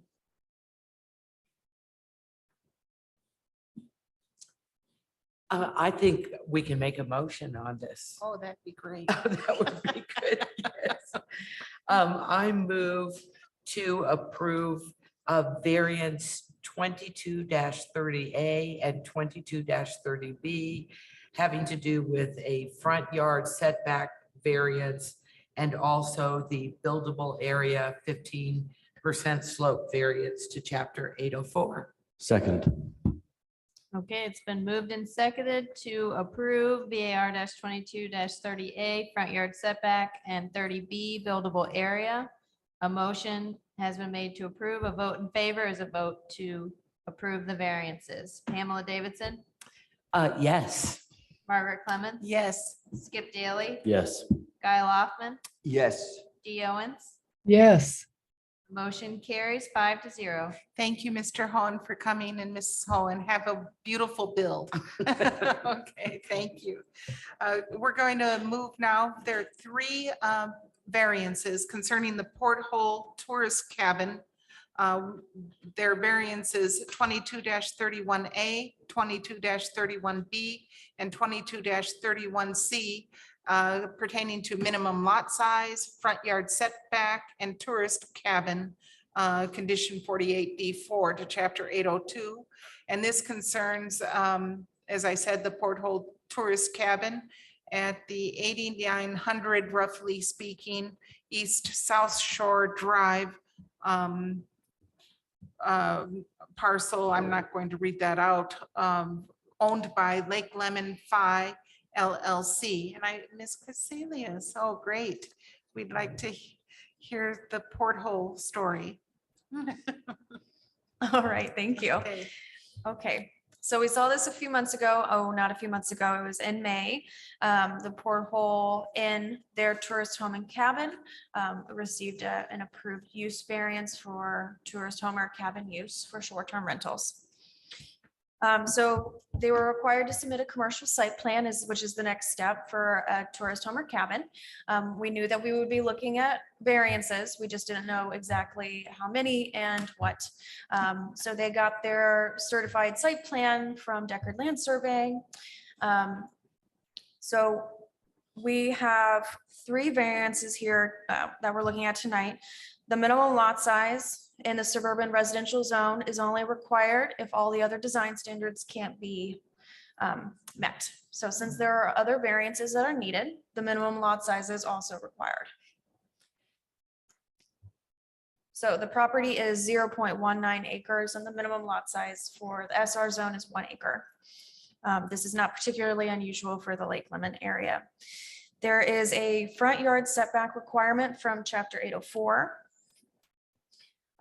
So this would be a yard fronting on any street. So technically it is a corner lot. We did a little bit of digging into this, and our definition of street would still include kind of that private driveway. So there is just one 25-foot setback where the existing structure is, is 19 feet from the property boundary. So a 6-foot encroachment. The third and final variance request is actually from the standards of a tourist home or cabin. It states that parking of vehicles in any yard or setback is prohibited. So because of the site plan, I think I have a closer, there we go. Because of the parcel and its configuration, it also contains a pretty large septic field.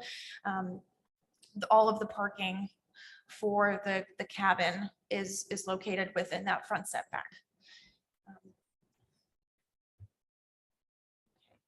So the slide that I just zoomed right by, this one is just a parcel size map. This identifies all other, it highlights in green all other parcels nearby that are under 1 acre and also zoned SR. So as we can see here, it's not really an unusual occurrence off of South Shore Drive.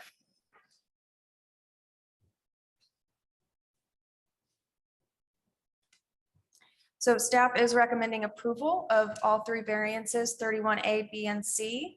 The reasoning is that in order to approve an application for a design standards variance, I'm reading the wrong line, excuse me. Our reasoning is that because the petitioner received a use variance for an existing structure to be utilized as a tourist home or cabin, in order to comply with the zoning ordinance and obtain those necessary permits, that these three variances would be the minimum necessary. Okay, do members have questions for staff? Mr. Daly? My only question is, because of the contingency of B and C, if we were to approve all three, would we need to break them up? In motions? I don't No. believe If you're so. going to approve all three, you don't have to. Okay, thanks. Okay, are there other questions for staff? Well, I think I remember this one coming Yes. up before, Yes. and this has been a rental and a long-term rental, and they're going to convert it to a short-term rental. Is that?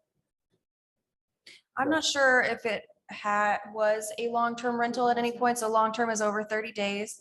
So this case was originally, has been in the works for quite a while. It started as an enforcement case because tourist home or cabin use is not permitted at all in the SR zone. Okay, good. Thank you. I was close, but Yes. long. So, okay, well, do you have questions? I do not. No. Okay, so let's open it up to the petitioner, the petitioner's representative. If you're here, please come to the microphone. Welcome back. How are things going over there? Good, good. Well, please sign in, gentlemen.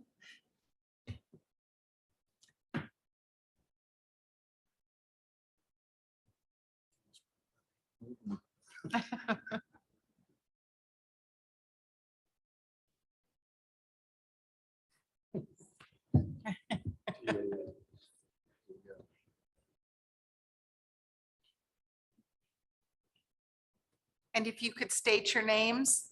Tom Sands. Rob Sands. Okay, and if you would each raise your right hand, and do you swear to tell the truth, the whole truth, and nothing but the truth? I do. Yes, okay, great. Well, together you have 15 minutes to tell us what's going on and. So we originally, like Ann was stating, we petitioned, we were doing a little bit of long-term renting it out, and then obviously Airbnb, and then the pandemic hit. Yeah. And we were trying to keep the place alive. So that was a big thing for helping us keep it going out there. Other than that, we've went through the due diligence of bringing everything forthcoming. So I would state, hopefully we would get it approved. There's some new owners have taken over since then. We've turned it over. We're trying to help them through the end of the year. That's our goal. Keep the porthole alive. Do you have anything else to add? No? Well, congratulations on making it through the pandemic and for selling the property. And I know you're cherished by the community. Well, I Yeah. appreciate that. Yeah, so do you have questions? Does any member of the board have questions for the gentleman? Okay, then we're going to turn it over to the public right. and get Thank you on very with much. this. Thank Thank you. you for coming back. Are there people here who are in favor of this petition? If so, please let us know. Come to the podium. If you're online, raise your virtual hand or press *9. And we don't see anybody. Is there anybody opposed in the room, online, or on the telephone? Okay, then we can come back to the board and we can consider a motion or have further discussion. I move we approve variances 2231A concerning porthole tourist cabin minimum lot size variance 2231B porthole tourist cabin front yard setback variance and 2231C porthole tourist cabin. I'm sorry, CO. It's a variance to condition 48D. Variance to condition 48D4, of course. Yeah, it's concerning the parking. Got I'll it. second. Okay, it's moved and seconded. If you could please call the roll. So the vote is in favor of approving 31A, minimum lot size, 31B, front yard setback, and 31C, condition 48, which is parking in the front setback. A vote yes is a vote to approve. Margaret Clemens? Yes. Skip Daly? Yes. Guy Loftman? Yes.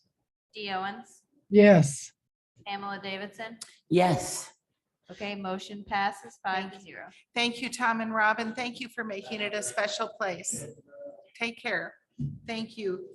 Yes, yes. Okay, so item number 13, VAR 22-32, the Brackemeyer buildable area 15% slope variance to chapter 804 concerning a 2.5 roughly acre property in Clear Creek Township at 2284 South Sunday Drive. And this is Mr. Brown. Thank you for walking us through this. Thank you.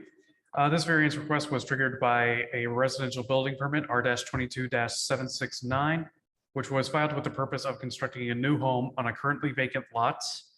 A permit for the renewal of an existing septic system on the property has been issued, WW-22-163.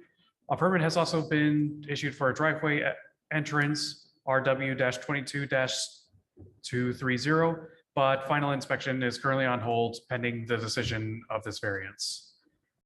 During the review process, it was found that this proposed area for this home would encroach on a 15% slope, well, an area of slope greater than 15%.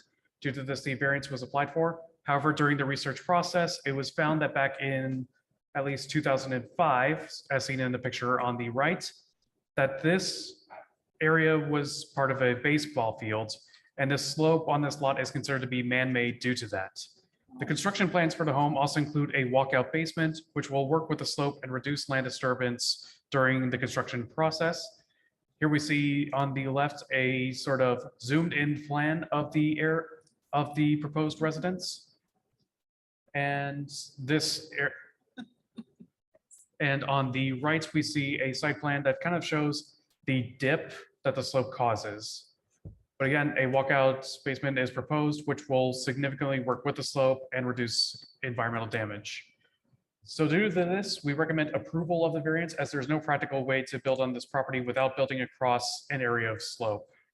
Okay, do members of the board have questions for Mr. Brown or other staff? No? D, okay. Then if Mr. Busby or Ms. Brackemeyer are here and would like to address, or their representative, and would like to address the board, please come to the podium. Or, oh, I see online, the hand is raised by Mr. Busby. And so if he needs to be unmuted by tech services. And Mr. Busby, you have 15 minutes if you're able to unmute yourself. Hello, yes. My name is Levi Busby. I appreciate you guys getting this on your docket for this evening. Appreciate the recommendation of approval by Mr. Brown and his staff. In regards to this property, as you kind of saw in the photo that he had there with the topography map, it shows the neighboring house. That neighboring house is also on a walkout basement of sorts. And the septic field for this new build actually needs to go behind the property on the flatter grade, which would be the only other opportune spot to build the house. The reason that poses problems with the septic is you can't push the septic back because it pushes it into a drainage and utility easement, and you don't want it to go in front of the house because then it would be, consistently pumping uphill and pose other issues in the future. Also, if we were to look at redeveloping the land and raising up the current grade to a less than 15% grade, what we would run into is then we would be pushing water onto that neighboring property and interfering with their proper drainage as well. So that is why we advocated for this variance. And with the walkout, as Mr. Brown stated, that will help us do minimal earthwork and minimal reshaping of the existing property. Okay, thank you, Mr. Busby. I'm going to ask my colleagues here if they have questions for you. Do members of the board have questions for Mr. Busby? We see none. So thank you, Mr. Busby. We're going to now open it up to the public. Are there members of the public here in person or online or on the telephone who would like to speak in favor of this petition? We don't see anybody. Is there a member of the public who would like to speak in opposition to this petition?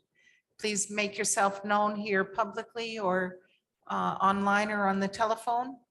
And we'll just wait, just give people a chance if they're slow to find the button. Okay, so we bring it back to members of the Board of Zoning Appeals for further discussion and or a motion.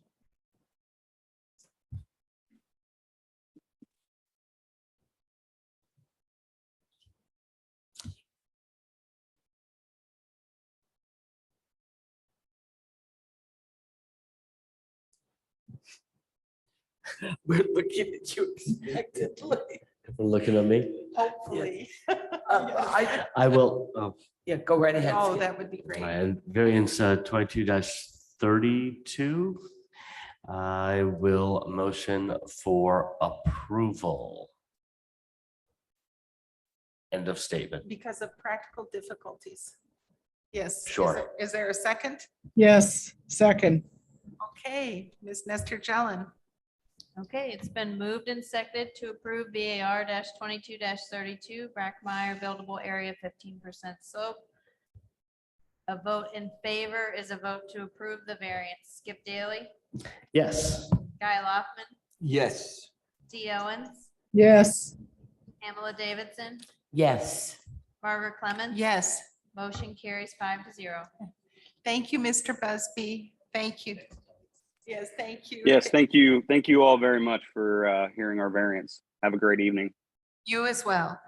Okay, we're moving on to item number 14, and that's VAR 22-33, the Carroll minimum lot size variance to chapter 804 concerning a property at 3900 East Dora Road owned by David and Geraldine Carroll and Ms. Crecelius.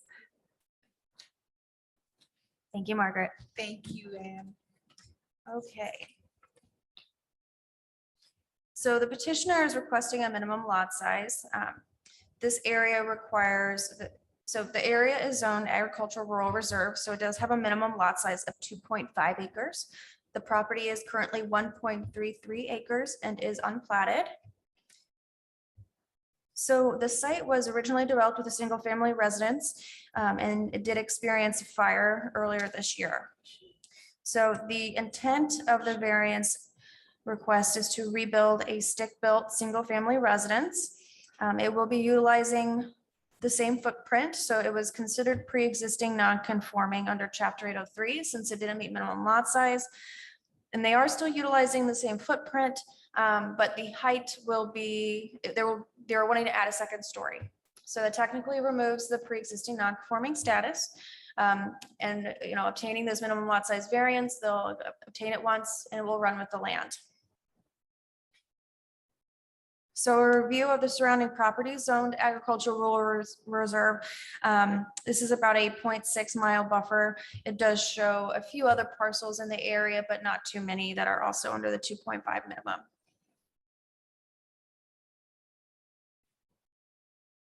So this is their certified plot plan. So that's the same footprint. The septic, all of the building permit review will be, is basically pending whether or not this variance would be approved. So they have gone through. So because the building was technically kind of burned, it's now a redevelopment, so they did have to obtain the certified plot plan versus properties that are already developed wouldn't maybe only necessarily need to get a site plan that's scaled and not necessarily certified. So staff does recommend approval of the variance from the minimum lot size from chapter 804. Okay, I'd like to give the owners of the property our condolences for the burn of their home, and we're sorry for that. But that being said, I would like to ask my colleagues if they have questions for staff. Okay, so is the petitioner or the, sir, yes, please come to the microphone and sign in. We're sorry that you lost that home. We were lucky nobody was injured. That's right. We'll be thankful for that.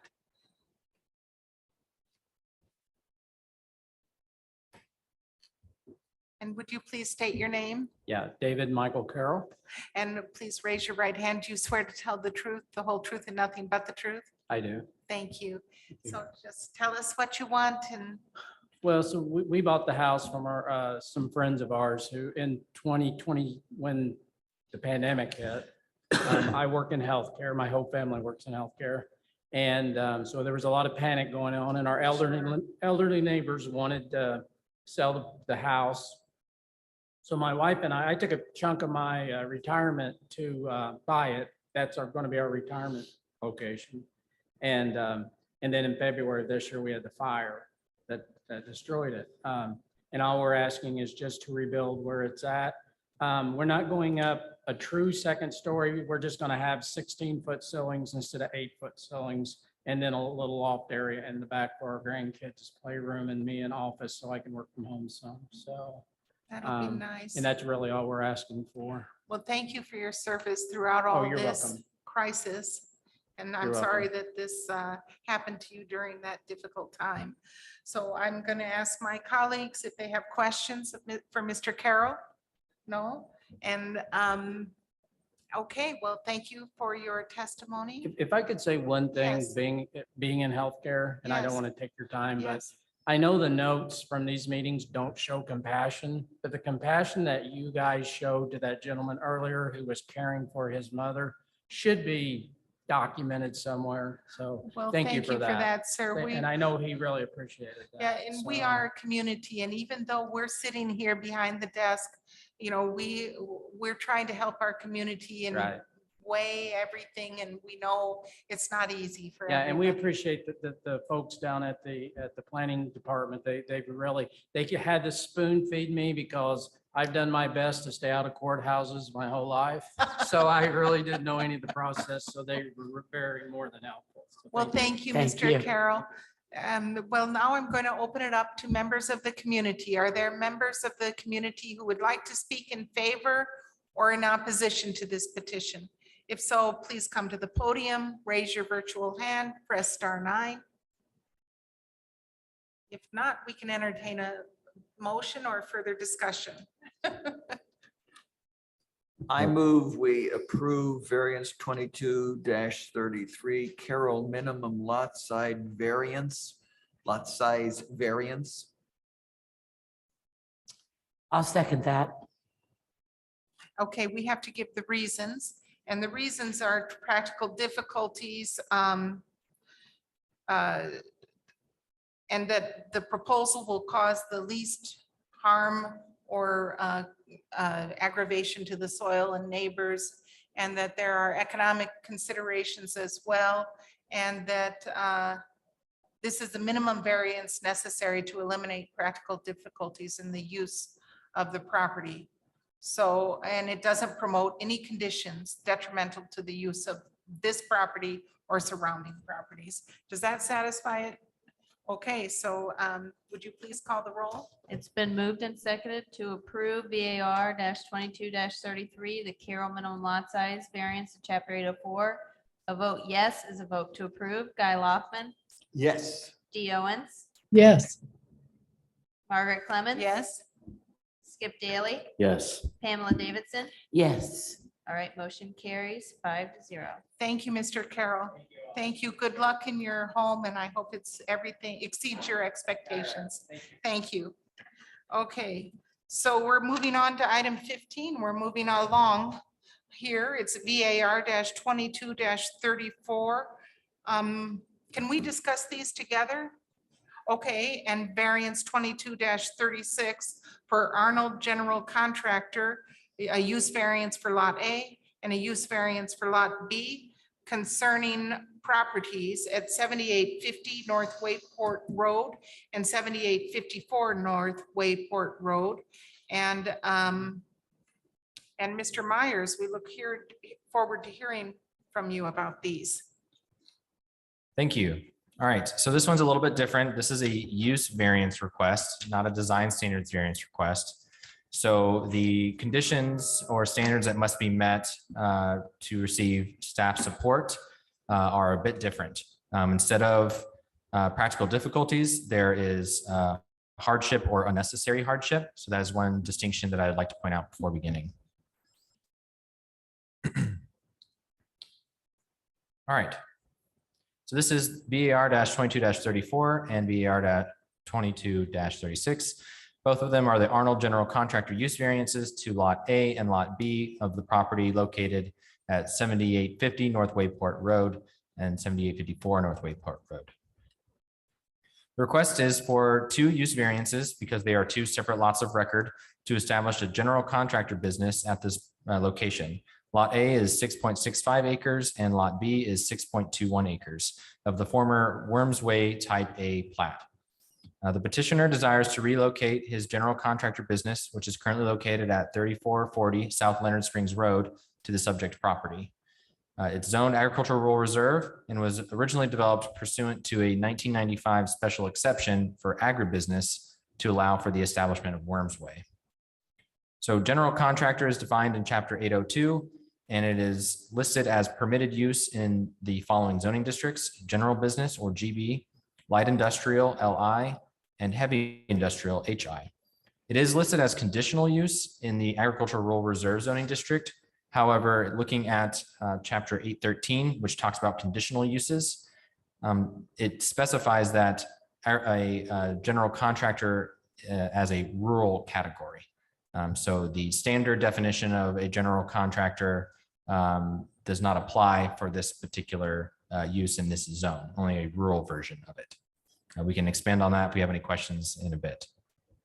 So basically, since the use of general contractor is not permitted in this zoning district, in order to receive approval, the petitioner is able to either petition to establish a use variance, which enables a particular use to be added to the specific property in a zoning district that does not normally permit that use, or that they can submit a rezone request, which goes through the Plan Commission process and is ultimately decided upon by the Board of Commissioners. Now, one thing to note about this particular property is that there are some recent cases that have seen the Board of Zoning Appeals, as well as the Plan Commission and the Board of Commissioners. So case number 1905-VAR-28, that is a use variance to add metal fabrication.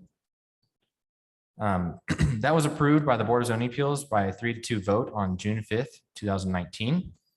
Interestingly enough, a commercial site plan, which was the next step for that particular process, was never filed by the property owner or petitioner. So that one just got dropped off. The use never came to fruition, and the property remained vacant. I produced a link to that BZA packet in the packet that you received for this petition tonight. There's also REZ-21-3, which was a rezone request from agricultural rural reserve to light industrial, or LI. And that went to the Plan Commission, who gave a positive recommendation, voting 7-0 on October 5th, 2021. And that was ultimately denied by the County Commissioners by a vote of 3-0 on October 27th, 2021. A lot of neighbors appeared during that meeting throughout the entire process, really. And there was a lot of conversation about how the rezone would affect their properties and their feelings for how it would not fit within the character of the area. So ultimately, that rezone request for transitioning from agricultural rural reserve to light industrial what failed. The intention behind that rezone was to establish a use that developed, I believe it was parts for a medical devices. And that use did not come to fruition because the rezone was not approved.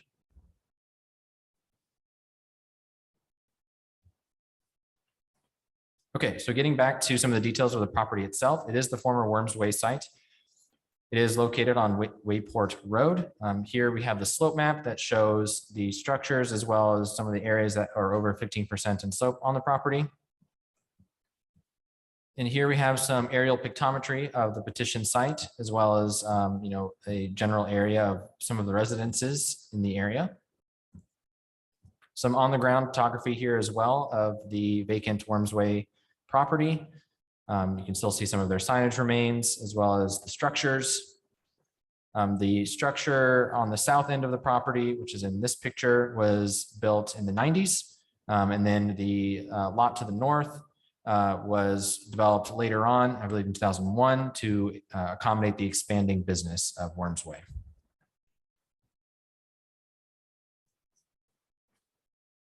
Some of the items that would follow this petition, if it were to be approved tonight, would be to submit a commercial site plan, change in use specifically. So changing from the agribusiness use to the general contractor use constitutes a commercial site plan, and updates to that commercial site plan regarding current conditions such as or standards such as parking, landscaping, and bioretention would all be evaluated at that time.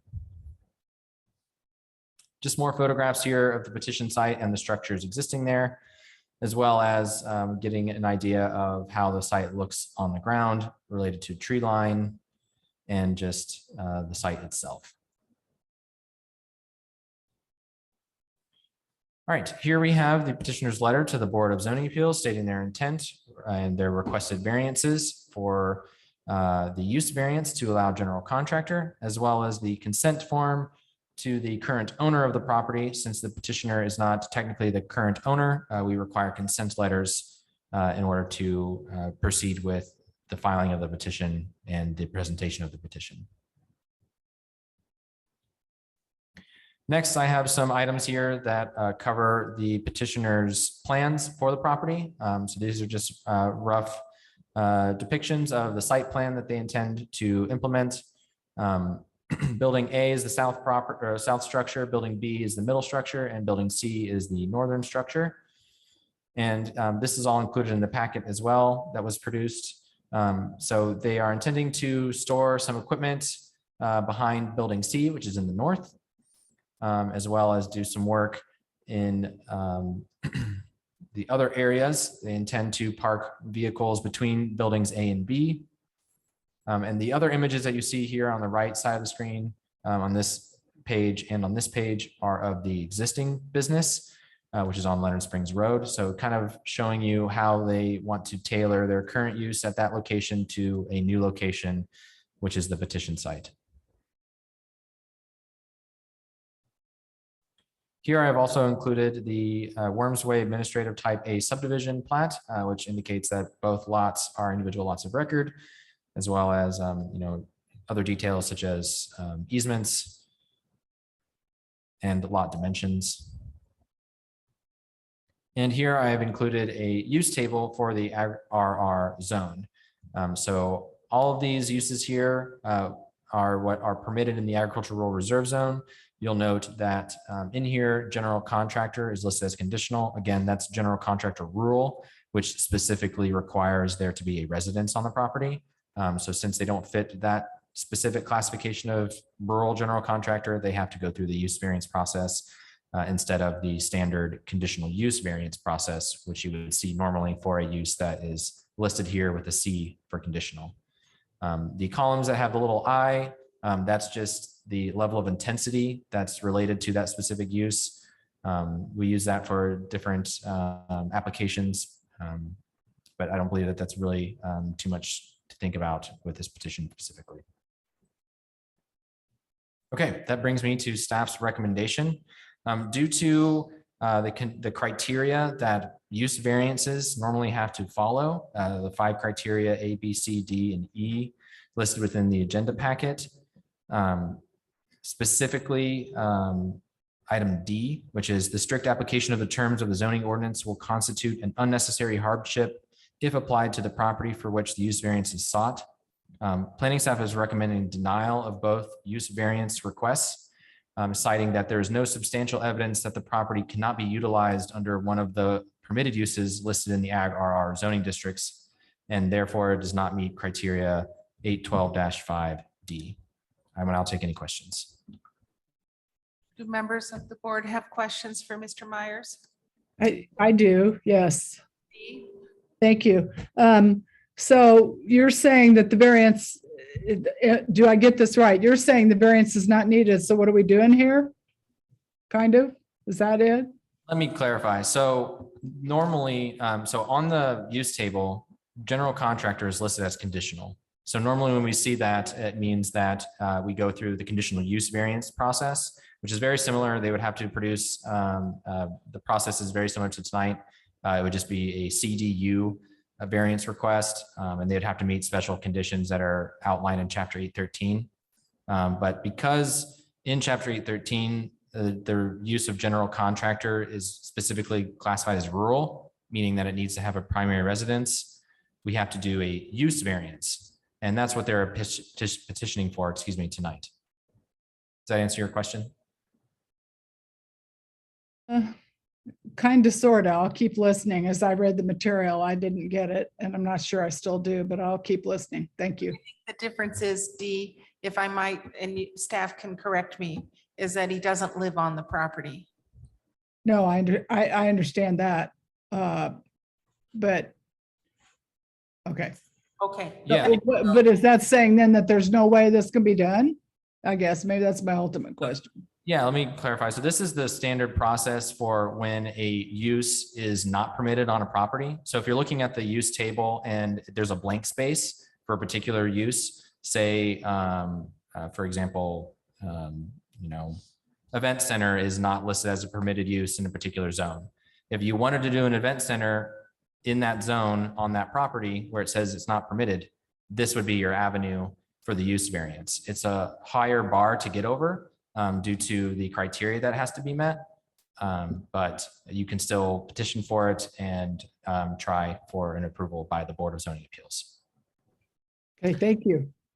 Can you, Drew, can you put up the standards for a use variance as well? And the other option, D, is for them to pursue a rezone to a commercial zoning district. So a use variance is sort of a shortcut request as opposed to going through a rezone process. And because it's considered sort of a shortcut, the bar is very high because they have to say that there's no other economically viable use for the property at all under the current zone. And a rezone would be what apparently failed on October the 5th of last year. Even though it got a unanimous recommendation from the Planning Commission, it was denied 3-0 by the county commissioners. And at that point, you discussed that neighbors came out against this. Correct. Looking at the map, can you tell me who these neighbors are? I can't say specifically, but I know that there is a neighborhood. Looking at the map, nearby. it's kind of, doesn't look like there's anyone anywhere around. So that if the neighbors are here, they will speak. So, but did you have a question, Ms. Davidson? Oh, I was going to ask about the neighbors because you reported that there was a lot of concern about the use of the property. And I saw no attachments in our documentation, either for or against from neighbors. And I was wondering. Or the rationale how a 7-0 planning commission could be overwhelmingly denied by the commissioners without that documentation of the rationale of why. Neighbors. Sure. So I will say that I did receive some responses from neighbors inquiring about more information. I stated that they could submit letters to the planning department regarding their position regarding the case. And also stated that they could attend the meeting and voice their concerns then as well. I would like to ask how long this building has been vacant. That I'm not sure of. At least 2019.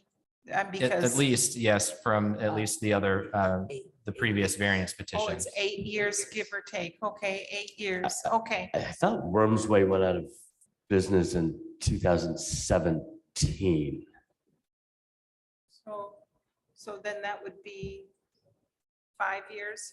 5 years, okay. 5, okay. It's been a long COVID.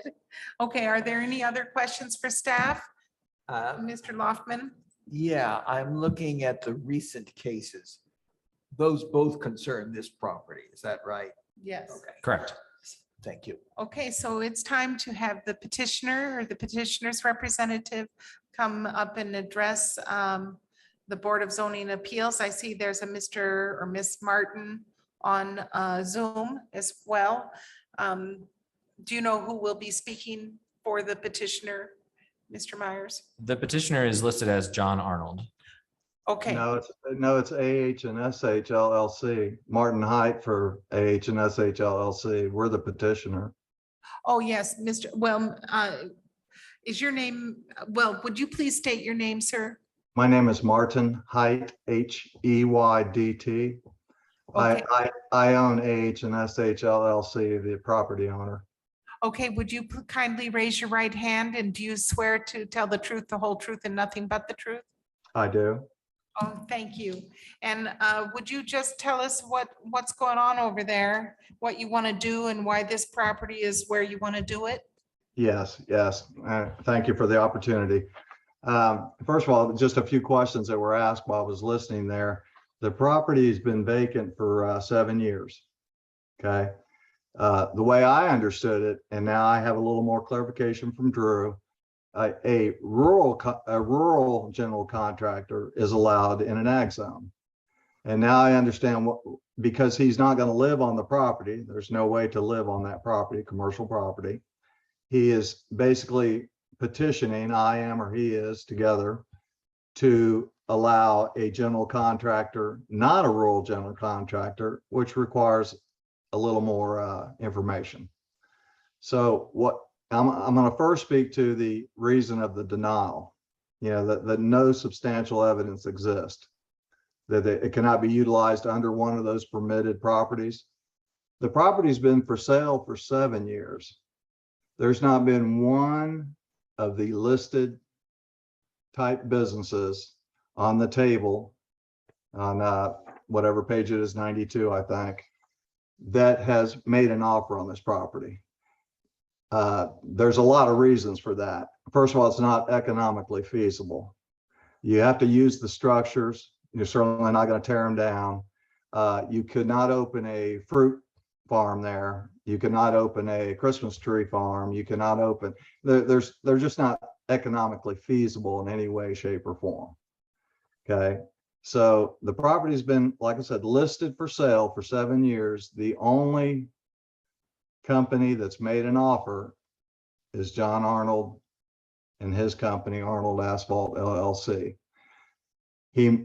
We determined, well, you are a general contractor, as he's been told by the county, you're considered a general contractor, but now I understand the difference between general contractor rural versus general contractor.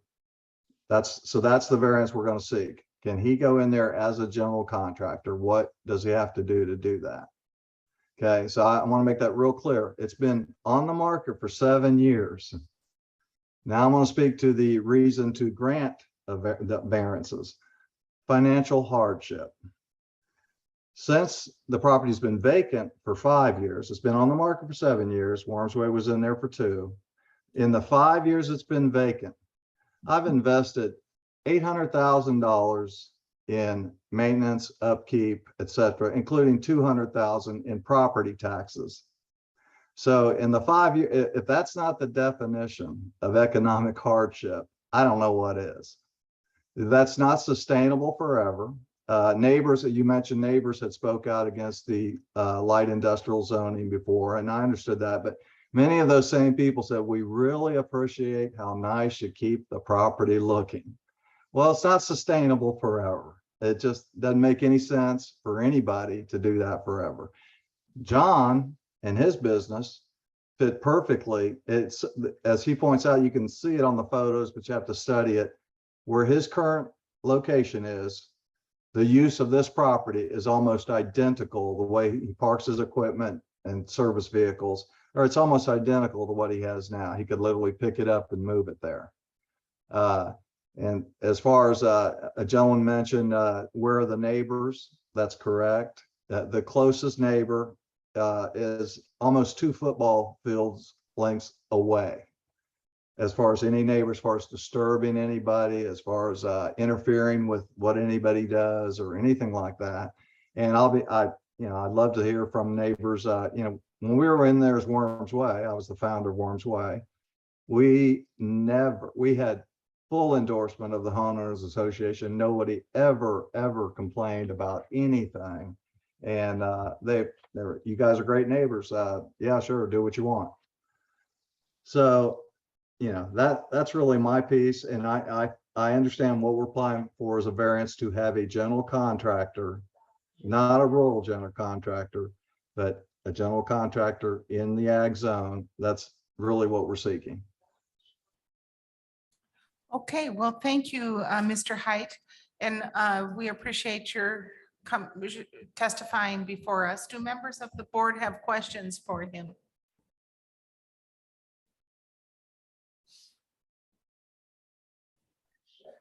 My only question was, is this request that went before the commissioners to change it to light industrial, was that the first time they have tried to change that zoning or use in the 7 years since it's been on the market? Yes, correct. Thanks. Yes. Can I speak to that also? Yes, sir. They basically, the logic was 2 reasons.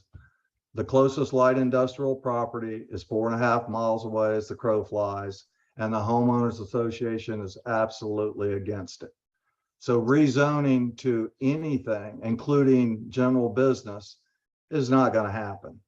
I realize in the upcoming zoning changes or designations that Oliver Wine would be called limited business.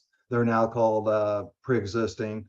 The gas station south of there will be called limited business. The auto parts yard that's just south of there, I'm not sure what they would be called, but there's absolutely zero chance, I believe, of going in front of the getting the zoning change in that area. And I understand, I slightly understand the neighbor's concern of, gee, if it's light industrial, it could be turned into anything further down the road. And so I understand that logic. I understand it. But at the same time, this is commercial property. It needs to be used, and the economics of it, it's wishful thinking that one of these businesses on this 83 businesses listed on this zoning chart table, it's in 7 years, none of these businesses have made an offer. I don't think it's realistic to think that one's coming anytime soon. Anyway. Thank you. I hope to give John Arnold a chance to speak also. Who would like to speak, sir? John Arnold. He's wanting to purchase the property. Mr. Arnold, we have roughly 9 minutes left, and if you would please unmute your microphone and state your name. Yes, ma'am. I am John Arnold, and with my wife, Sarah Arnold, we're the owners of Arnold Asphalt here in Bloomington. And we've been in business operating probably since sometime around 1997. We've been in business. Sir, could I get you to raise your right hand, and thank you for your business service to our community? Well, thank you. And raise your right hand, and do you swear to tell the truth, the whole truth, and nothing but the truth?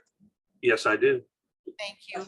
And you have roughly 9 minutes to continue to make the case for the, Okay. All right, can you hear me okay?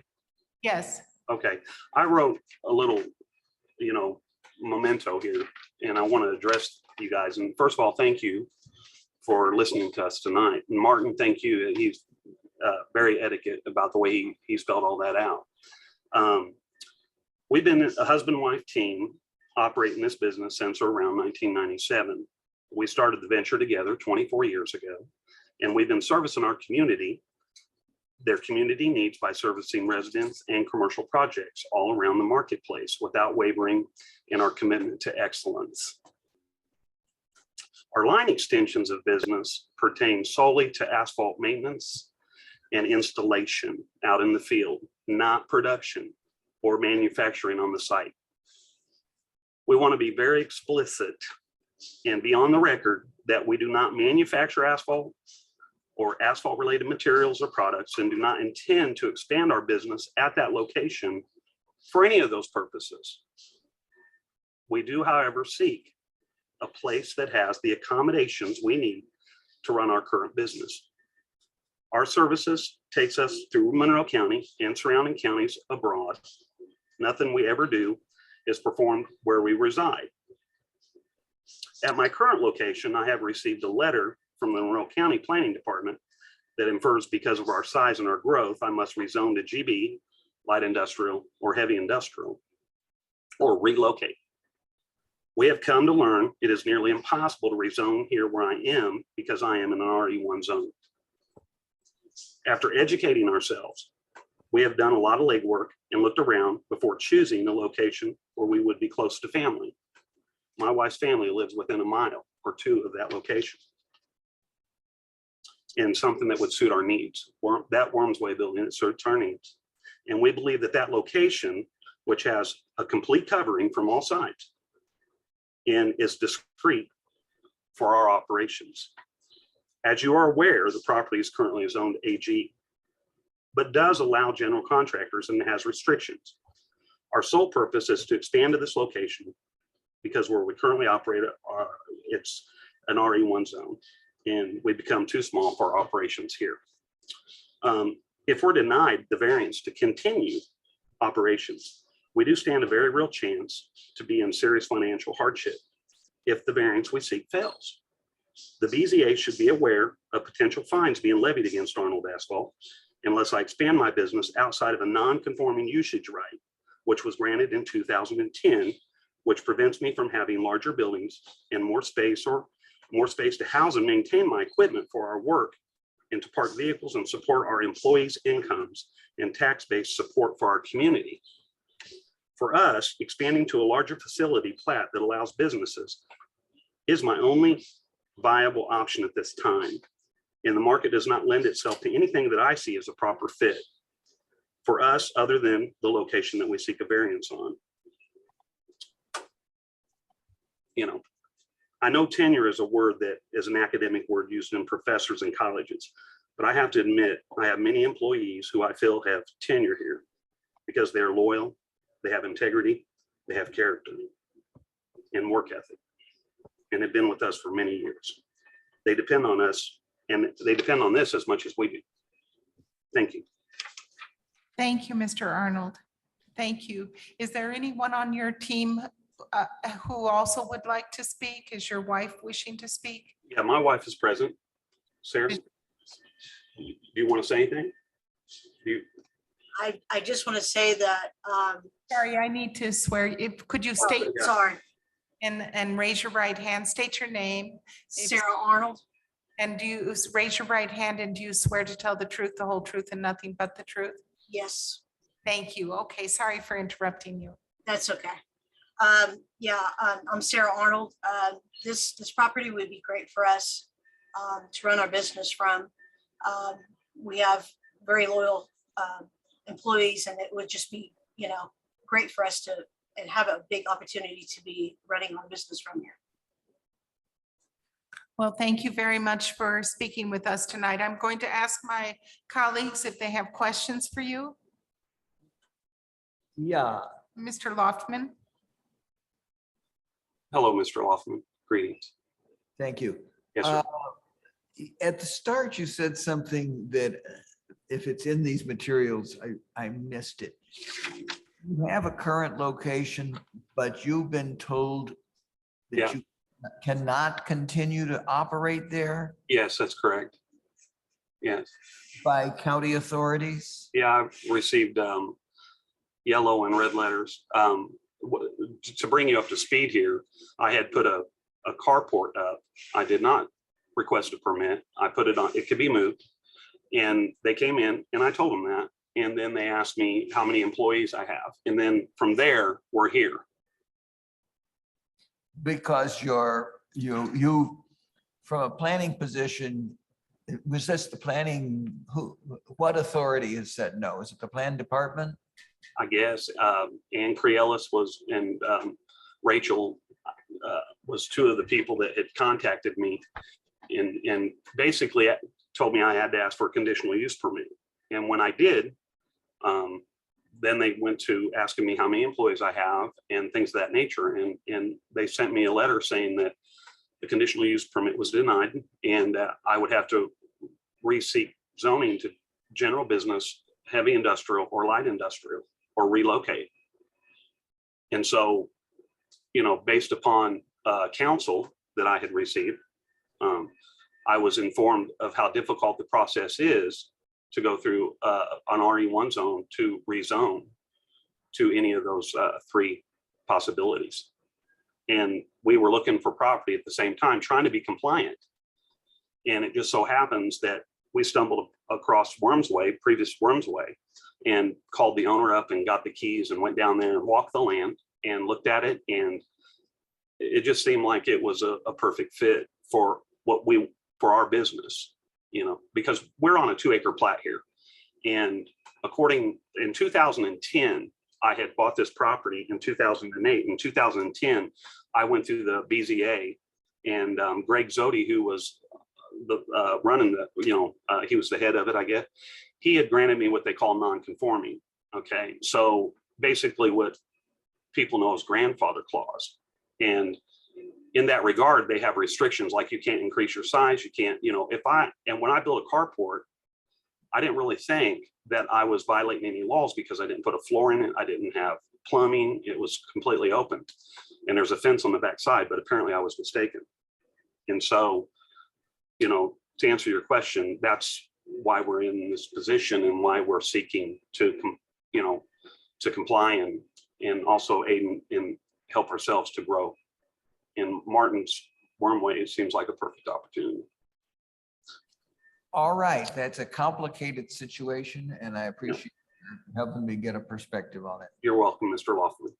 Guy, I can also provide a little bit of context because that letter did come from our office. If you'd like us to provide any context further. Yeah, Okay. I definitely would So like can to. You stop want to do sharing that the now? screen and I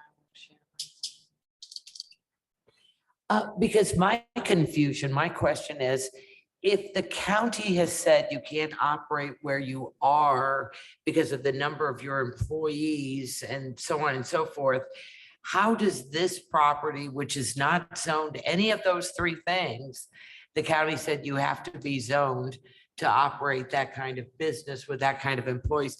How does this property solve any of your problems? Is what I'm kind of confused about. So they are currently located on South Leonard Springs Road in a state residential 1 district, which is primarily a single family district. They added a 3,500 square foot carport onto the property. We received a complaint and we reviewed a prior determination by prior planning director Greg Zodi, which said that the site was pre-existing non-conforming, but it did not allow for outdoor storage. And it was to more likely comply with what would be called home-based business standards at that time. Slowly over the years since 2010, more and more equipment had been placed outside. And with the addition of that structure, we're not able to keep that pre-existing non-conforming determination once they do something to remove that determination, such as building without permits. So unfortunately, we spoke with Mr. Arnold and told him that the options were limited in this area, you could rezone it to a zone that allows for a general contractor or look for another property. So they're looking for another property and this is where we are now. Thank Mr. Digney, do you have any questions? Okay, well, I see a good members. Oh, Dee, do you have a question? No. No, I do not. Thank you. Okay, and there are several members of the public who are here. And if you are here to speak in favor of this petition, please come up to the podium, raise your virtual hand on Zoom or press *9. And if you're here to speak in opposition to this petition, please make your way to the podium, sign in, and thank you for being so patient tonight. Each member will have 3 minutes to speak, and the process is people will sign in, pick your name, I'll swear you in, and then you have 3 minutes. So would you please state your name? My name is Randy Barnes. I'm the Homeowners Association President for the Windsor Private Homeowners. Thank you, Mr. Barnes. Would you please raise your right hand, and do you swear to tell the truth, the whole truth, and nothing but the truth? I do. Thank you, Mr. Barnes. So you have 3 minutes. 3? 3, yeah. Okay. If you could refer to the photographs you have of the aerial photographs of the property, the one that was zoomed back a little bit. Yeah, that's it. There are 40 homes in Windsor Private. 10 of those homes directly border on Worms Way property. My home is right toward the center top of that photograph. There's a pond and we think of it as a little wildlife refuge right next to it. In that corner, right next to the pond, is where Mr. Arnold would like to park all of his coal tar trucks. I think that before anybody looks at an approval here, probably the first thing that should be done is to test the soil where he currently parks his trucks. Because I know what coal tar is. It's a pollutant. We've got 3 EPA cleanup sites in the state of Indiana because of coal tar. So we really don't want to see that in the neighborhood. The tree line that you're seeing there is not evergreen. It's, the leaves fall off. So we'll be looking directly at those stored trucks when he parks it there. We really don't want to see that.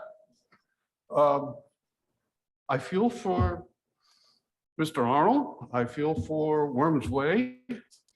They probably shouldn't be advertising the property as an industrial property because it doesn't have industrial zoning, but they do anyway.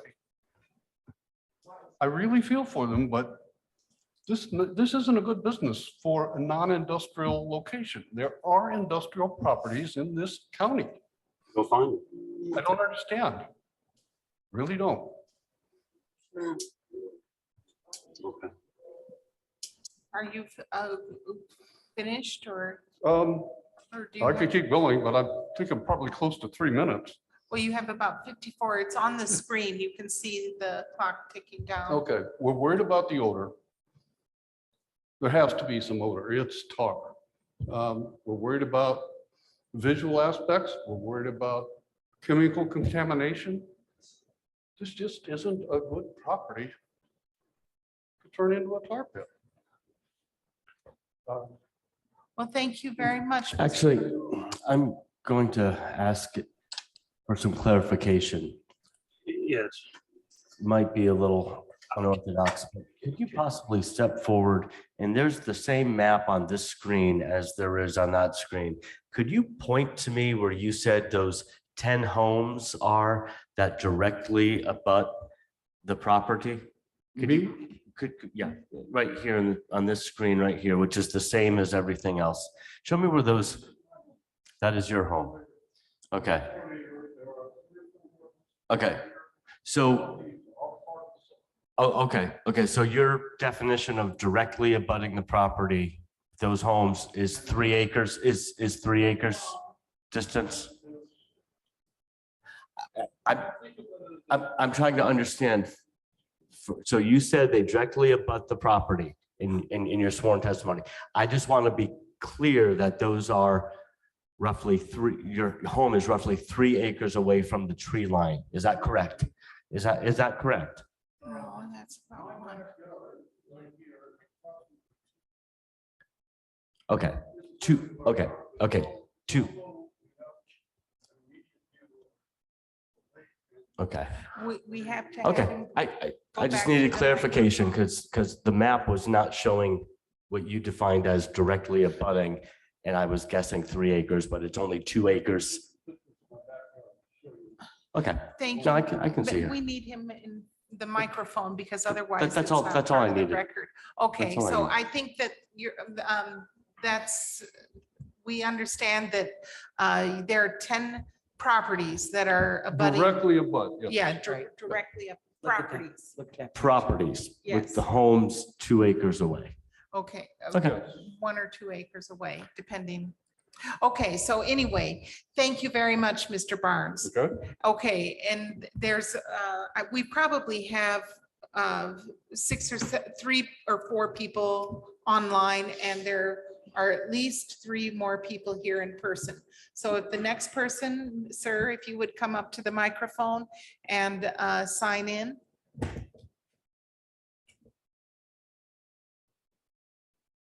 Sorry. Yeah. Yes, yes. Property, yeah. And would you please state your name? Yeah, my name is Brian Booz. Mr. Booz, would you raise your right hand and do you swear to tell the truth, the whole truth, and nothing but the truth? Yes, I do. Thank you, Mr. Booz. You have 3 minutes. All right. Thank you Yes. for everybody's time. I'm a resident in Windsor Private, as well as several of us are here tonight.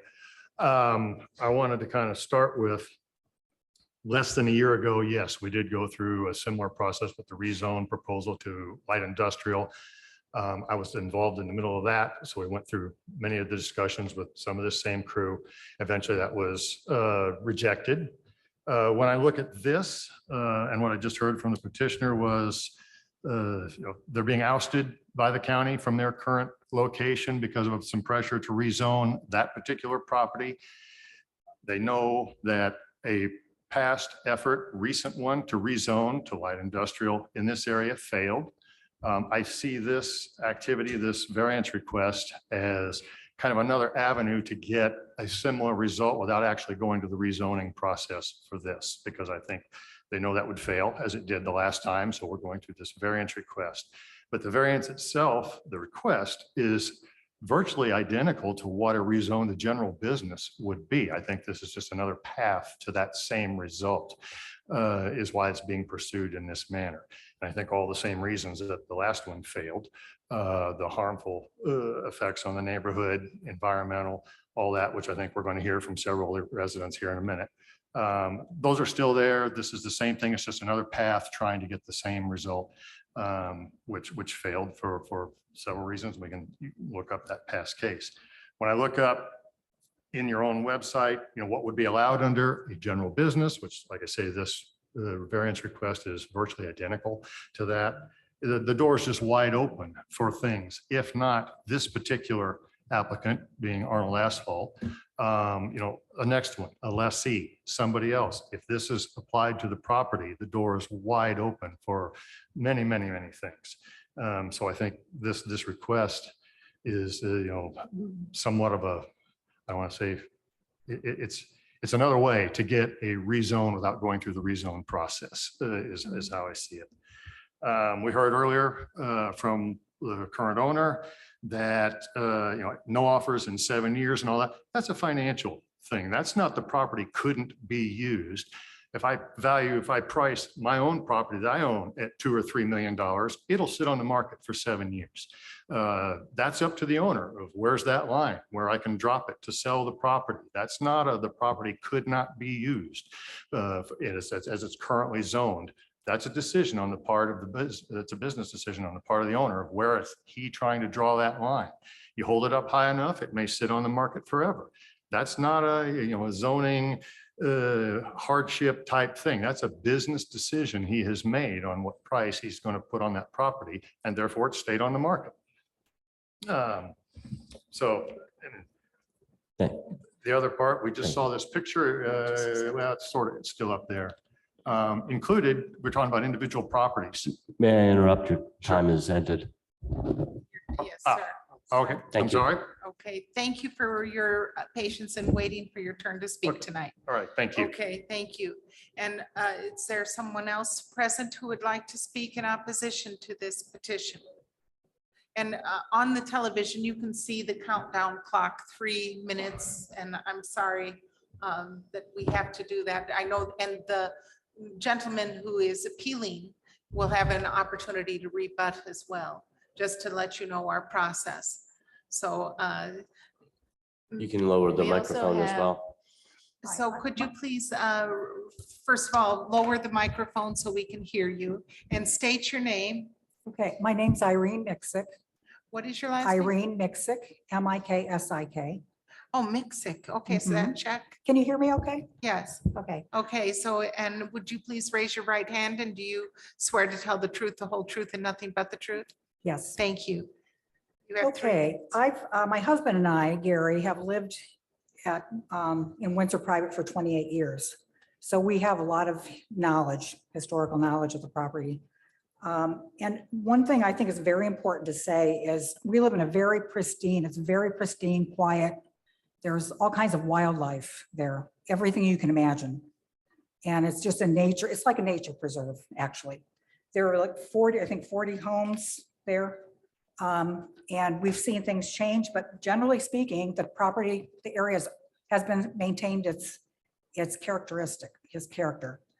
I'm concerned that Mr. Arnold's business will have a major impact on the characteristic of our neighborhood and possibly change the wildlife and the nature of our neighborhood. One of the things that the owner mentioned was that their existing property, when they were in business there, Worms Way, never impacted our neighborhood, and he's right. There was no noise.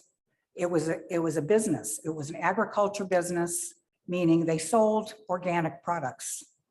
It was a 8 to 5 business, so it didn't impact us at all. There was no, to my knowledge, no waste that impacted the environment, to my knowledge.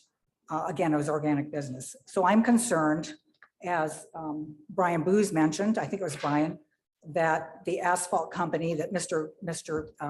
Arnold is planning to park his equipment in Building C, which is directly adjacent to the pond, which was supposed to be a lake originally, which is a significant issue. The lake, so-called lake, was leaking. It actually leaked. It has karst under it. And our property is unkarst. Most of our property, our neighbors, at least in our area, and my house is across the road from, I'm trying to figure out where the property is. Well, it's okay. Yeah. It's right Yes. across from Randy's place. We have karst, we have sinkholes in our property. I think most of our neighbors do from our property going west, okay? So that property never held water. It holds a little bit, but it's got a liner in it. And that's why it holds the little bit of water that it has. So I'm concerned about the environmental impact with any kind of seepage from the septic system or from the equipment, the asphalt equipment. And I do think that at least needs to be evaluated before any further impact, any further decisions are made. Our property values in 28 years have doubled, at least. And so I'm concerned also about the property value if a business like this goes in. So I think that's pretty much what I wanted to say. Well, thank you so Okay. much. Okay. Thank you, Mrs. McChick. Okay, and the next person, if you would kindly come up and sign in.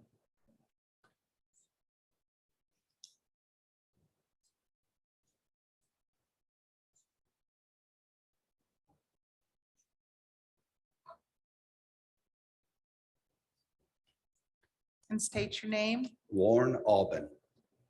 Lorne. And what is your last name, sir? Aubin, A-U-B-I-N. Okay, thank you, Mr. Aubin. And would you raise your right hand and do you swear to tell the truth, the whole truth, and nothing but the truth? I do. Thank you. And you have 3 minutes. Great, thank you. Thank you. So I'm a resident of Windsor Private, and when we moved in there, we knew Worms Way was there. And as I understand it, I hope the facts are correct, before 1995, that was a horse farm, right? So Mr. Height made a decision. He was the owner, and I believe my facts are correct, the owner, one of the owners of Worms Way. They made a conscious decision to have that rezoned agriculture. So from 1995 to 2016, 21 years, I'm assuming he was collecting revenue from Worms Way. They made a decision to move the business from the current location, which again, that's a business decision of Worms Way. So I find it a little tough to understand how the financial hardship comes into play when he knew going into it that it was rural agriculture. Okay. So that's one area that I'm struggling understanding why it would cause the board to make an exception or to rule in favor of this. Now, when you look at Jordan Industry, it was approved and the homeowner association was against it. I personally stood up and said, I was in favor of Jordan's special variance because I visited by that location multiple times throughout the day for almost a month and a half, quiet as a mouse. You couldn't even tell they were there. I find it hard to believe that the same is going to be true with just by the nature of their business. And Jordan Industry was not going to have any trucks or any equipment parked outside of the building. It's all going to be confined to the building that's the furthest south. So it's a completely different request. And, you know, as you come into Bloomington or travel towards Oliver Winery, you're going to see that equipment. And I just think it's the wrong use of the property. So thank you. Thank you, Mr. Aubin, and thank you for your patience in waiting Yeah. tonight. Thank you. Is there another person who would like to speak on this? Please come to the podium and sign in, sir. And maybe raise the microphone so that we can hear you. Yep. Yeah. She's short. She's my wife. That's Yes. fine. Yeah. And I'll sign in here. My name is Gary Mixick. I'm the treasurer of the Windsor Private Homeowners Association. Let me sign in here. thank you, Mr. McChick.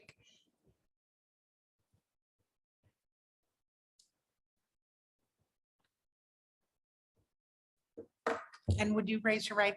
Do you swear to tell the I've been here truth, before. the whole truth and nothing but the truth?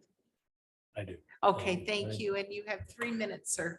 But first off, I need to say that we have nothing against Worms Way, nothing against Arnold Asphalt.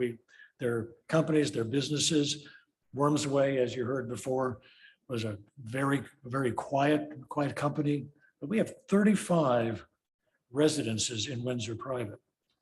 And not a single one is in favor of any company moving in with trucks and noise and possible fumes and maybe even some environmental problems with what was supposed to be a lake. When this thing was originally developed in 1988, that was going to be a lake. And Jim and Kathy Slakert, who owned that property, spent $300,000, three $100,000 liners to make that thing hold water. And the Army Corps of Engineers gave up and it never could because of the karsts. But it still sits there as a retention pond for just about all kinds of aquatic life you can see. And we are very concerned about anything that can leach into the ground because it's very close. By the way, this area right here is actually a common area that butts up against those. I'm sorry. Yeah, that's a common Just area. speak into the microphone. Yeah, that's a common area. Those black things around the edge there, that's where you can walk. You can walk behind Windsor Private area there. That's our property. And you can actually do picnic benches out there and sit out there. And so that property, people are concerned about that being leached or encroached by any type of chemicals that might come out. So I've been a resident since 1994 and just drive out there sometime because it really is a hidden gem. It's beautiful. And, but again, we're not anti-business. We are not. We just have to protect what we see as being a problem. We've got I-69 right now, and that's the white noise, and we deal with that. But we just didn't want any other noisy business coming in. Thank you. Thank you, Mr. McChick. And sir, if you, as you come up, yes, please sign in and state your name. David Gent. Okay.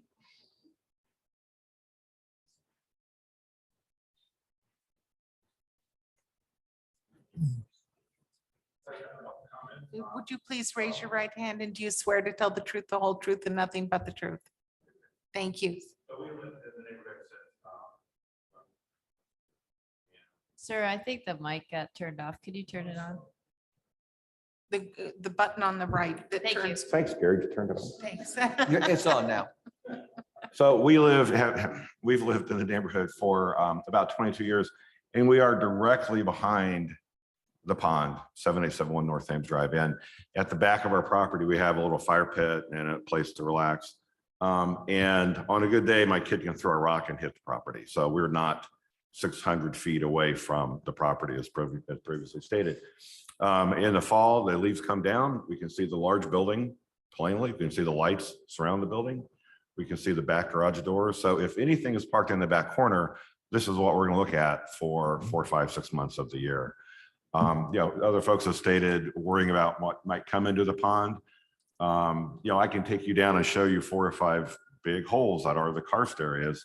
When that pond fills up from the drainage, the water goes right down into the water table, and something spills. That's what's going to happen. So we completely oppose this request at this time. Thank you very much for coming tonight to speak to us. And the next person here, and we'll get to the people who've raised their hands virtually online in a few minutes after we're finished with the in-person component.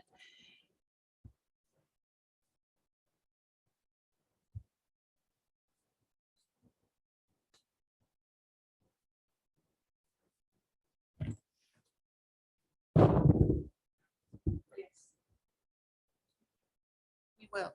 So would you please state your name? Julia Booz. And do you swear to tell the truth, the whole truth, and nothing but the truth? I do. Thank you. And you have 3 minutes. Okay. I've been a resident in Windsor Private for 23 years. And our biggest concern, my biggest concern is once they get the variance, that is so wide open. And I understand, Mr. Height wanting to sell his property. I'm a realtor. I understand it. I tried to sell it twice, but there are people that could move into that property. I mean, it's pretty wide open what is allowed. And I understand he's been trying to sell it for 7 years. But again, price sells property, and we all know that. And if you keep the price at the same price, it's probably going to stay on the market. And that's a decision that the owner makes when they have a property that they want to sell. And, you go in, and I said, I personally tried to sell it twice with someone who could work into the variance that was allowed on that property. And so there's people out there that could move into it. One of them, it turns out that the price was the issue on it, so they didn't purchase it. So, I understand there's a hardship, and he's maintained it, and he has, and I agree with that. But being in the industry, if he wants to sell that property, he needs to make it marketable to the market that it allows. And he has not done that.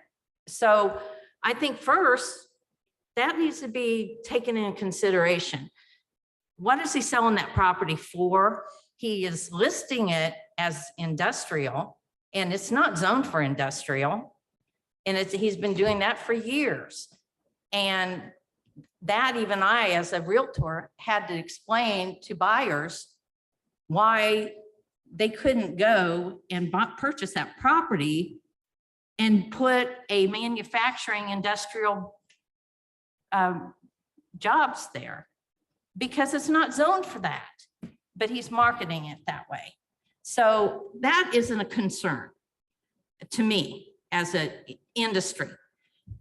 But if he wants to sell his property and keep it into the area that it's allowed, which is what he did when he purchased it, he should understand that he created that for himself. Now, when it doesn't benefit him, he wants to change it.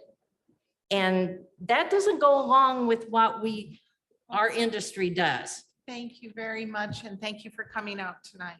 So we have, how many more people here in the room will be speaking? Oh, okay, so we will go to the online people. I understand that a member of our board has to leave now, but we will continue because we still have a quorum. So we will continue to hear the case. And I would like to recognize Mr. Andrew Long. And if Tech Services could unmute him. And sir, would you please state your name, and do you swear to tell the truth, the whole truth, and nothing but the truth? Hi, I'm Andrew Long, and yes, I do. Okay, thank you. And you have 3 minutes. Okay, so I know this is a complicated issue, and I appreciate the owners and Mr. Arnold's comments. However, as a Monroe County resident and taxpayer and voter, I feel like we're constantly fighting this rezoning and variance issue. Windsor Private is an executive neighborhood, and it's probably 30 homes there that are over $500,000 homes. And so it's also a peaceful and quiet neighborhood. You know, it doesn't matter how big the lots are. If they're 3 acres, if I want to sit in my backyard, you know, I don't want to smell the asphalt trucks. You know, Windsor Private and HOA and the neighborhood residents have opposed these variances in the past few years. And Monroe County officials have agreed with these, and the commissioners also have agreed that these should not be rezoned or variances issued. It needs to stay as rural agricultural, which it currently is. The current property owners and buyers have tried variances before. The current owners, I believe, are behaving dishonestly, and they're constantly advertising their properties as industrial zoned, which is not correct. You can do a search on the internet and see that everywhere. The owner states $800,000 in costs maintaining, but that hardship is not the fault of us. Okay, that was their decision to do that. And as far as Mr. Arnold goes, you know, I respect that, you know, it might be great for them and it might be closer for their family, but that's not a good reason. I mean, Arnold's an asphalt company, and it's not a good fit for this neighborhood. I mean, have you seen the photos of their current yard? I mean, it looks like a mess, and we don't want to have smelly and loud equipment. I mean, have you ever driven behind an asphalt truck and smelled the smell? It's awful. And it's going to fill our whole neighborhood with fumes and toxic fumes and smell, as well as contaminating the groundwater. You know, we have that retention pond which animals drink from. You know, they're going to have trucks disturbing our peace and quiet. They're going to have lights on in their parking lot. So, you know, Wayport Road area is fairly quiet. There are farmers and cyclists and families using it. Having asphalt trucks speeding along there will destroy this rural area, and it will also pose a safety risk for the residents. There are many other properties in Monroe County that Arnold could purchase that is already zoned industrial or suitable for their type of role. I understand that Guy Loftman made some comments earlier tonight on another matter, and he mentioned about he wants to protect the residents. You know, this is a prime example of this. This is a residential, agricultural and rural area, not industrial. And rezoning and spot zoning and variances are just not appropriate for this. And, you know, if that was to happen, that would cause economic and unnecessary hardship for the Windsor private residents.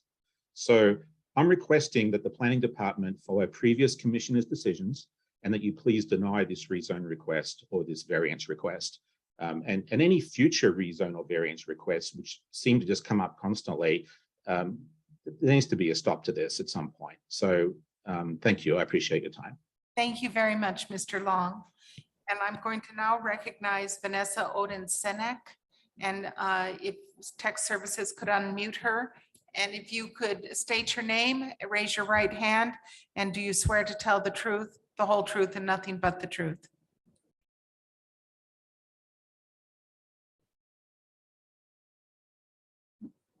Ms. Odin-Senek, I think you have to press an unmute button on your screen.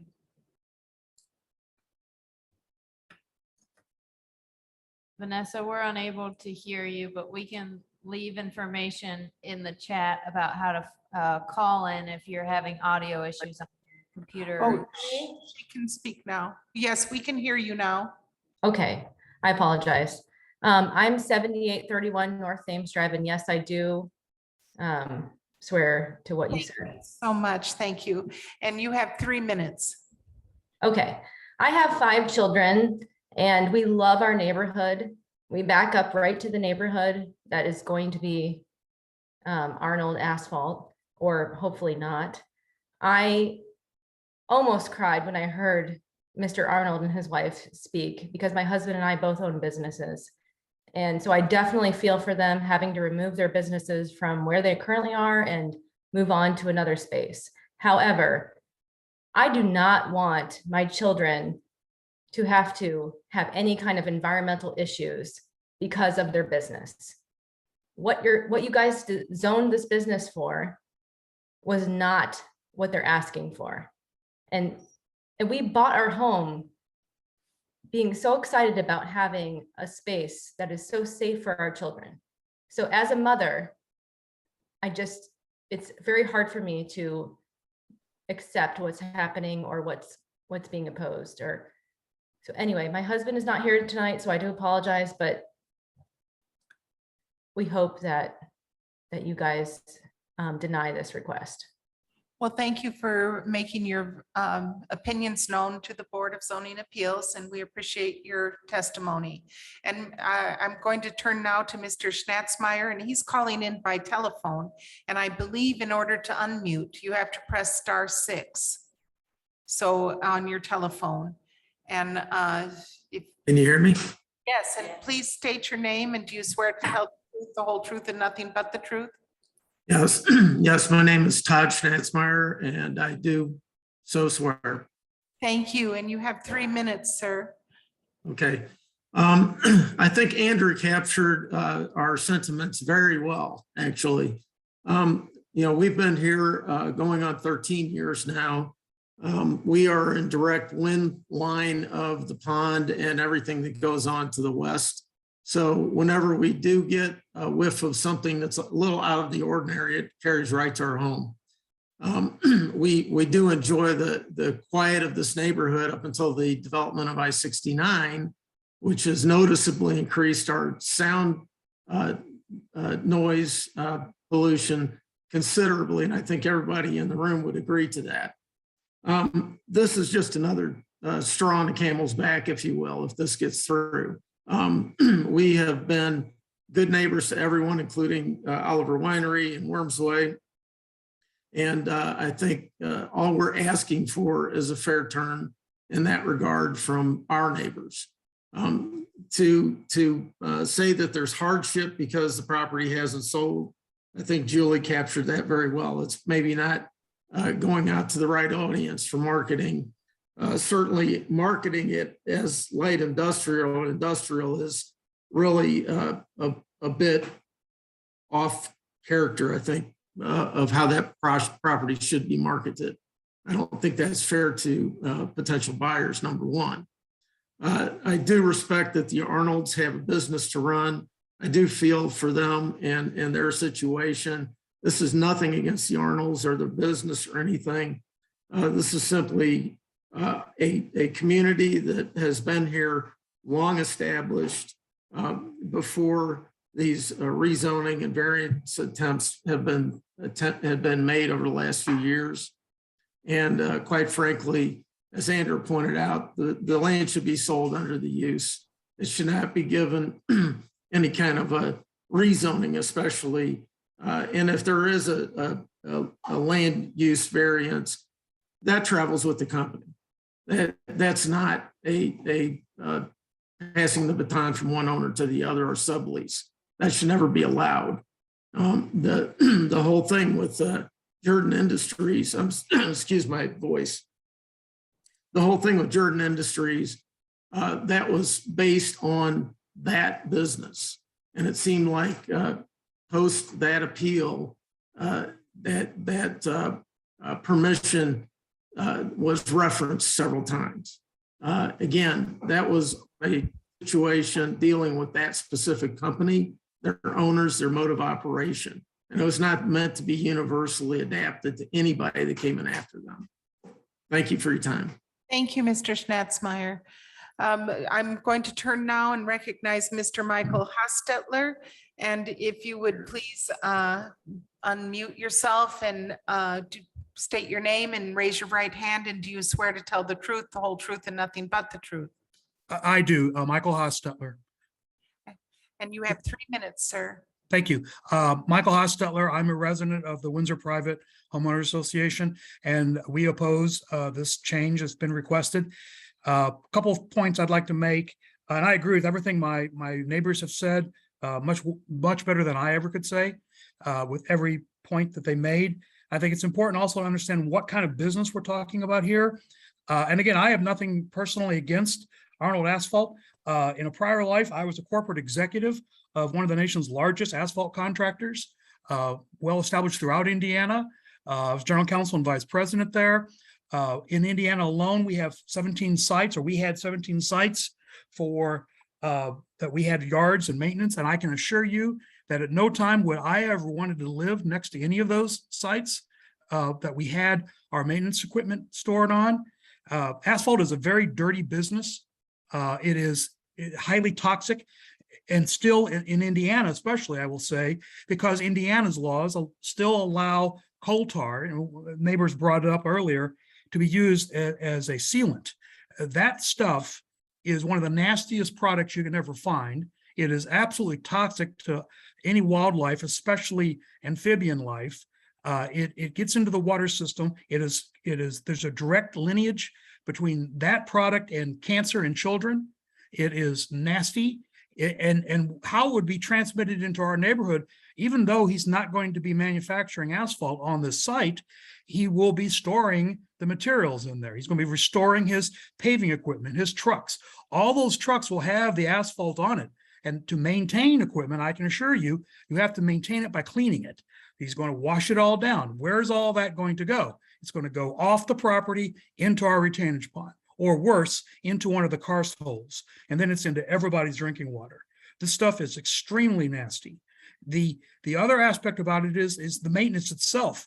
I mean, you're talking about loud, noisy firing up of equipment early in the morning, security lights that, 75-foot towers for security lights with light extruding everywhere. I can assure you, we would never, at my former employer, we would never have even suggested we put our plants in anywhere but industrial sites. And if you look around Bloomington, look at EB Paving, Milestone Contractors, Rogers Paving, although all their operations are in industrial areas. There's a reason for that.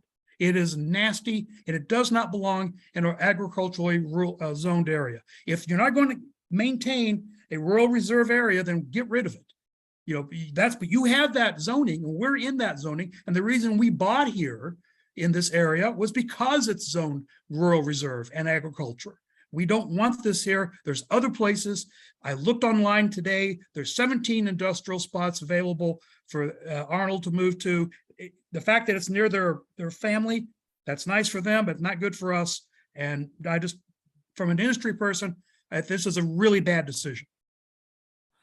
Thank you very much, Mr. Hostetler. I don't know who owner is. Is that our people? No? Okay, so there's a person who is identified as having raised their hand, whose name is owner on our screen. So if tech services could unmute that person and if you could state your name and swear to tell the truth, the whole truth, and nothing but the truth while raising your right hand. So owner. what Hello. is your name? Hi, my name is Tammy Druckmiller. I am raising my right hand. Okay, and thank you. What, could you say your last name again? Druckmiller? Druckmiller. Okay, thank Yes. you.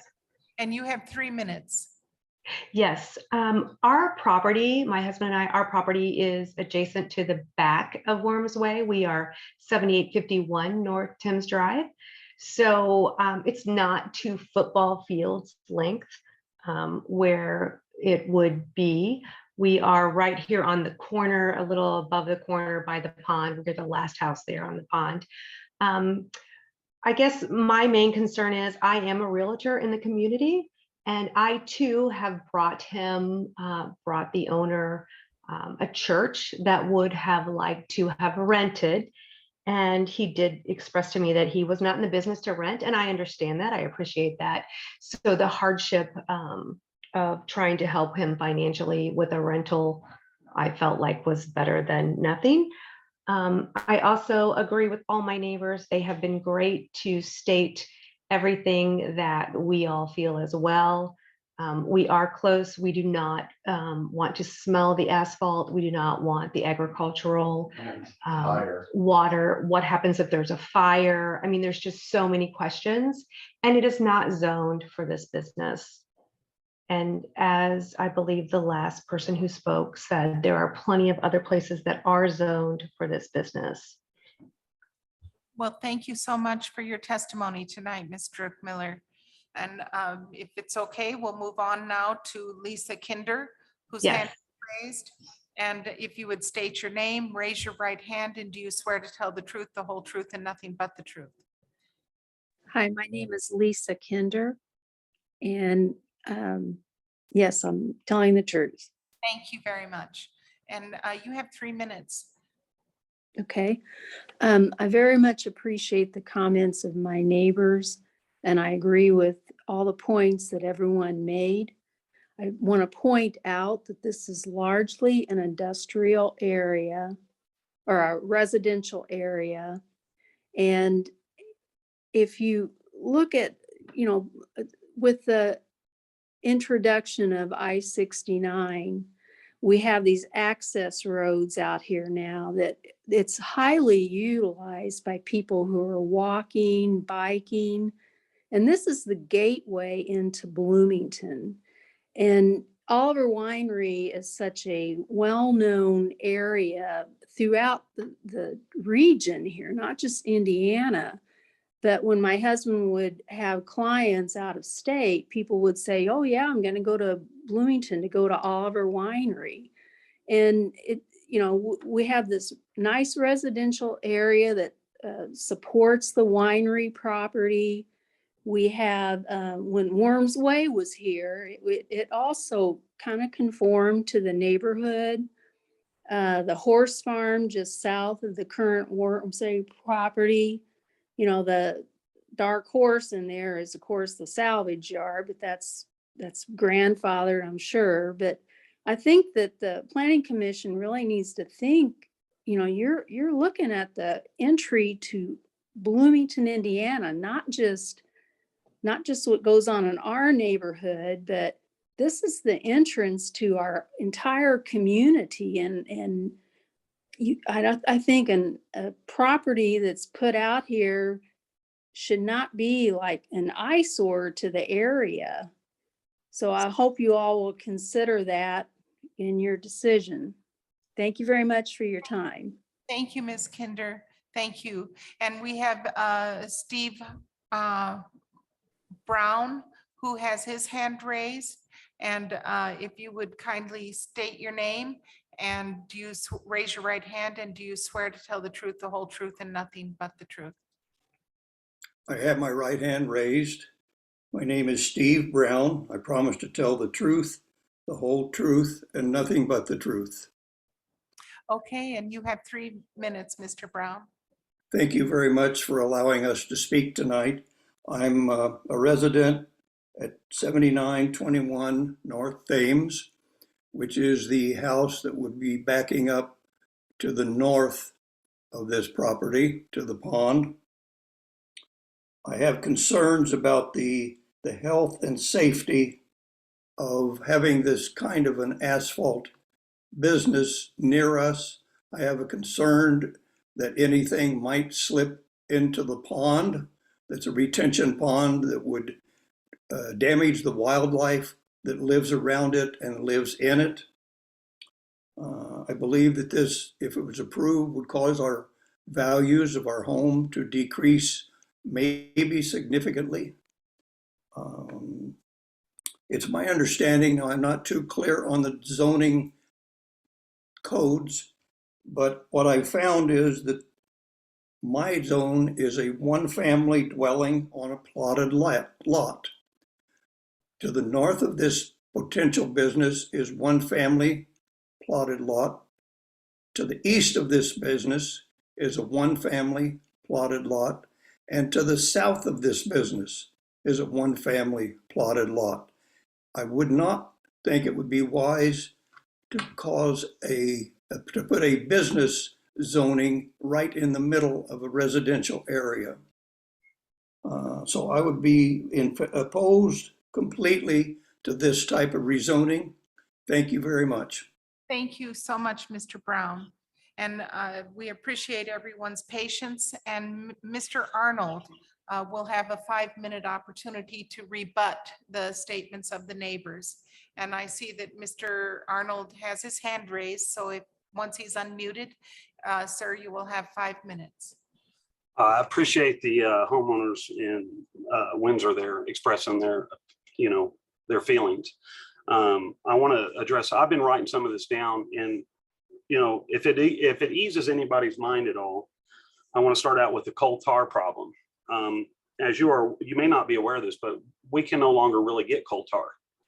The industry standard has been set and it's all environmentally friendly. And that's the bottom line. None of us could get coal tar this year. It was almost impossible. And so the market's changing, and especially with the comment about washing down your trucks and things of that nature. The gentleman that's familiar with the asphalt industry, he is correct that there is sediments that, get in the trucks and stuff of that nature. That is right. But when we line our beds with asphalt, we use an environmentally clean product so that the asphalt don't stick. They're getting away from diesel and things of that nature. As for the smell, we don't produce or manufacture asphalt. We go from a job site at 7 o'clock in the morning or 8, and then we're gone all day. We come back at 5, we park the trucks, we punch out. And then if it comes to maintenance and things of that nature, those are done inside the facility. They're not done outside. We don't, we have no intention of washing trucks outside and things of that nature. Let's see here. As for testing my soils over here, I bought this plat back in 2008 from a company that had previously run an asphalt company. So, and I've been married for 28 years, and this woman is on my butt. I can't even walk across my carpet without taking off my shoes.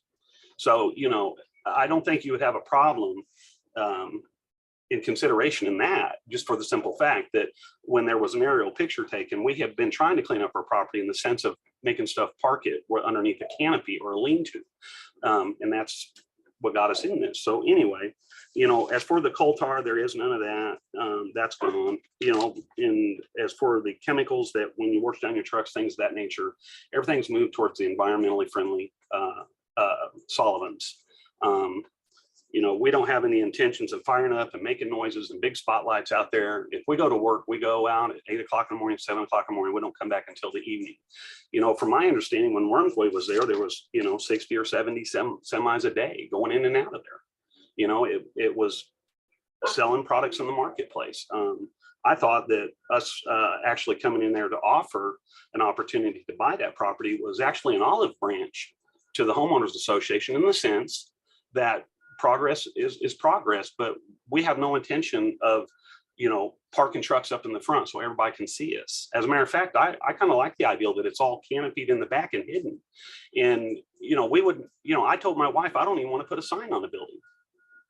I have no intention of making a big ruckus or anything of that nature down there, but I do appreciate everybody's opinion and we respect people's opinions, and I thank you for bringing that to my attention.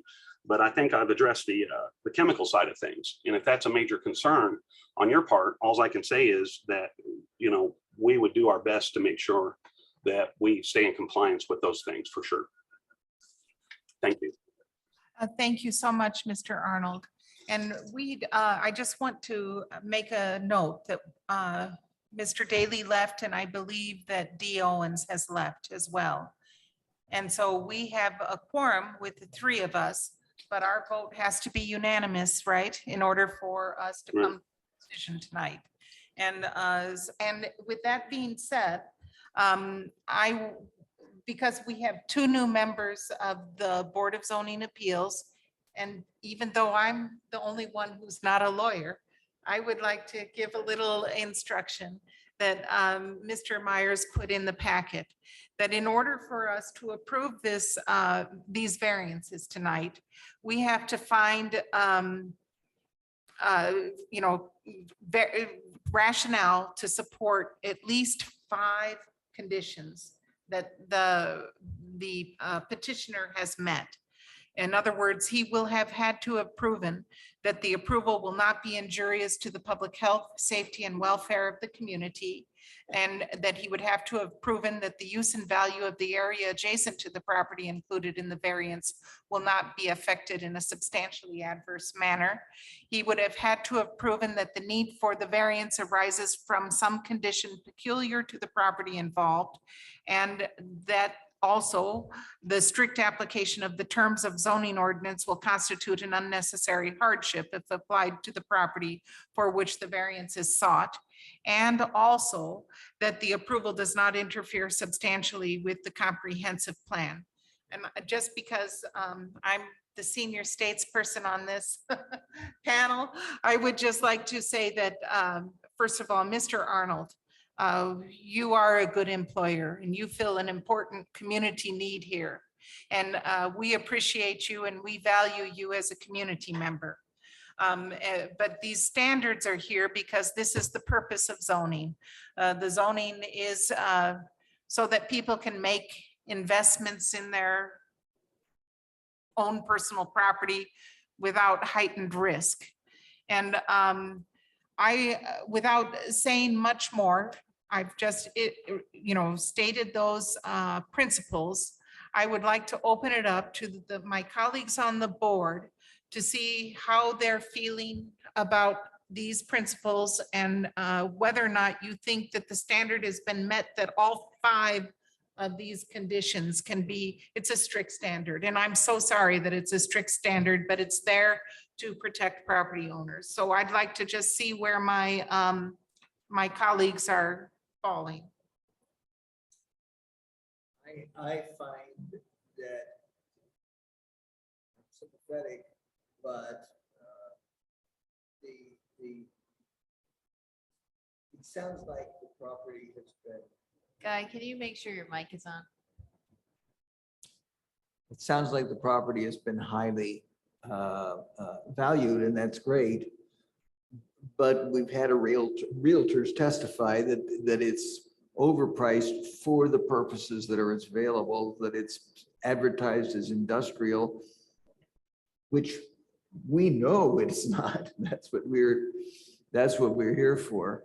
I certainly, we have ample evidence from my perspective that it will be injurious to the community and to the value of the adjacent houses. The peculiar condition was created by the owner because he's built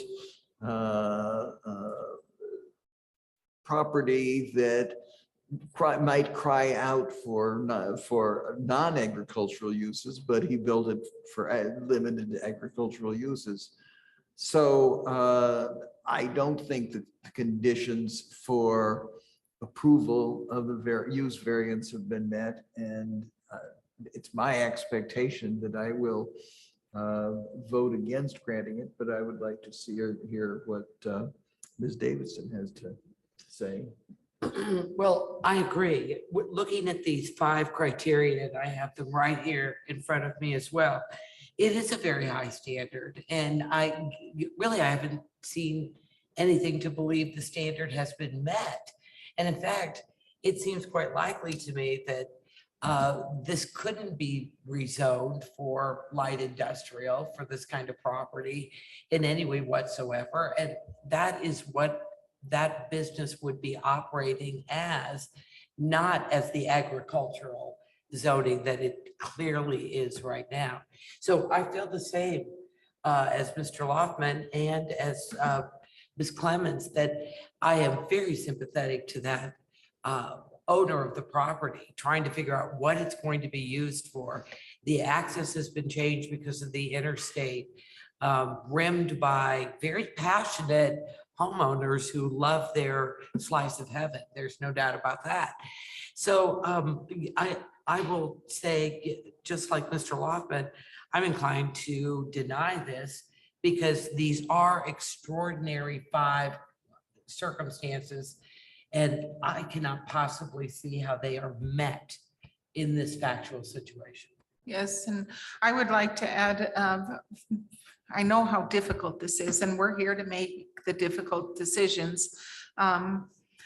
We do value you as a business member and as a community member. And so, and we know that that you have appealed to us for some remedy, because this for you was an opportunity to further your ethical and longstanding business and service to our community. That being said, these other competing interests of, so many neighbors who've come out, I would say it's close to 100%, that matters to us. And that especially, this, well, there's in each of these conditions, I don't believe that the standard has been met, except possibly for item C, the need for the variance arises from some condition peculiar to the property involved. In other words, it's vacant and it's been vacant, but that should not result in the injury, so to speak, to the neighboring properties. I can't stipulate whether or not it would be chemically or environmentally harmful, but they feel that it's harmful to their welfare and their well-being and to the value of their properties at least.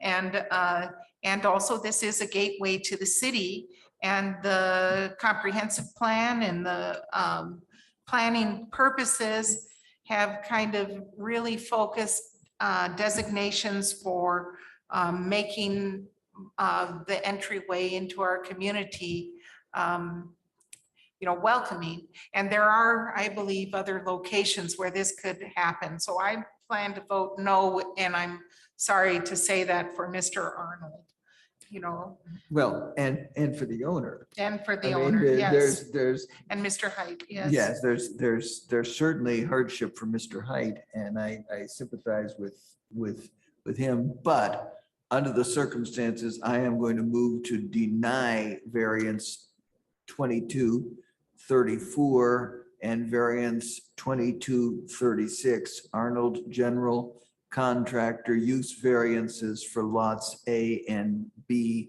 on the properties at 7850 and 7854 North Wayport Road.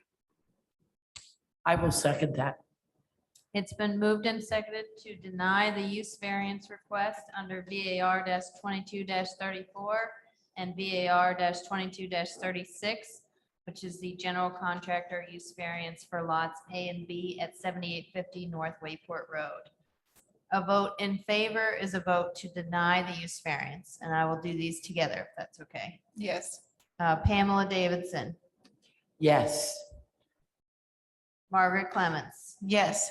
Guy Loftman. Yes. Okay, so both use variances have been Denied by a vote of 3-0. And so thank you so much for all of your patience and also for your good thoughts in further serving our community. I'd like to thank the public for coming out and for your patience with our process, but thank you for making yourselves heard. So have a good evening. We have 2 more cases tonight. And the next case involves VAR 22-37A and B. One is a variance for a buildable area 15% slope. The other is for environmental constraints overlay for area 3. And this concerns a property at 8144 East State Road 45. And the petitioner is the Monroe County Community School Corporation. And I believe it's, oh, Mr. Brown, great. We can hear from you on this it looks interesting. Thank you. This variance request has been filed due to the proposed construction of an amphitheater on the school property. Said amphitheater was proposed in this location presumably to take advantage of the slope within the area. However, as the proposed construction area is in an area with slope greater than 15% and is in the environmental constraints 3 overlay, these 2 variances were triggered. During examination, it was found that the property did contain another potential buildable area with slope less than 15% just east of the track field marked by the white circle on this map.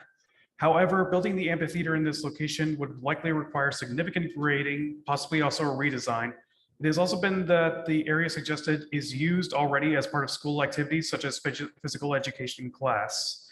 And setbacks could also be a potential issue if at this location.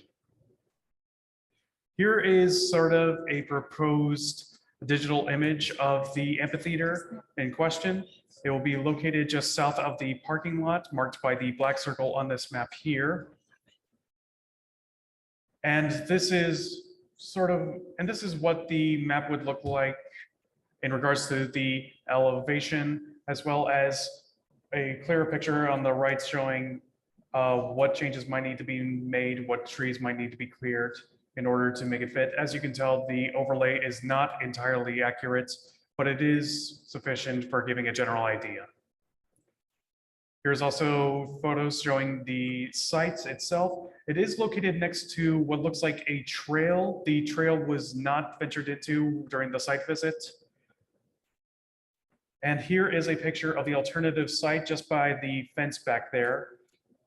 Again, the site is used by the school, presumably during physical education class, and setbacks again might be an issue. Due to this, staff recommends approval of both variances as the proposed location is suited for a amphitheater because again, amphitheaters work well with sloped areas.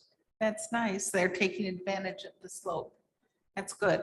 So is the petitioner or the petitioner's representative here? Great. Come to the podium and tell us. We're sorry that you had to wait so long, but thank you for your patience. Yes, and it's just the burden of being a public servant, isn't it? Yeah. If you would sign in and then state your name and raise your right hand.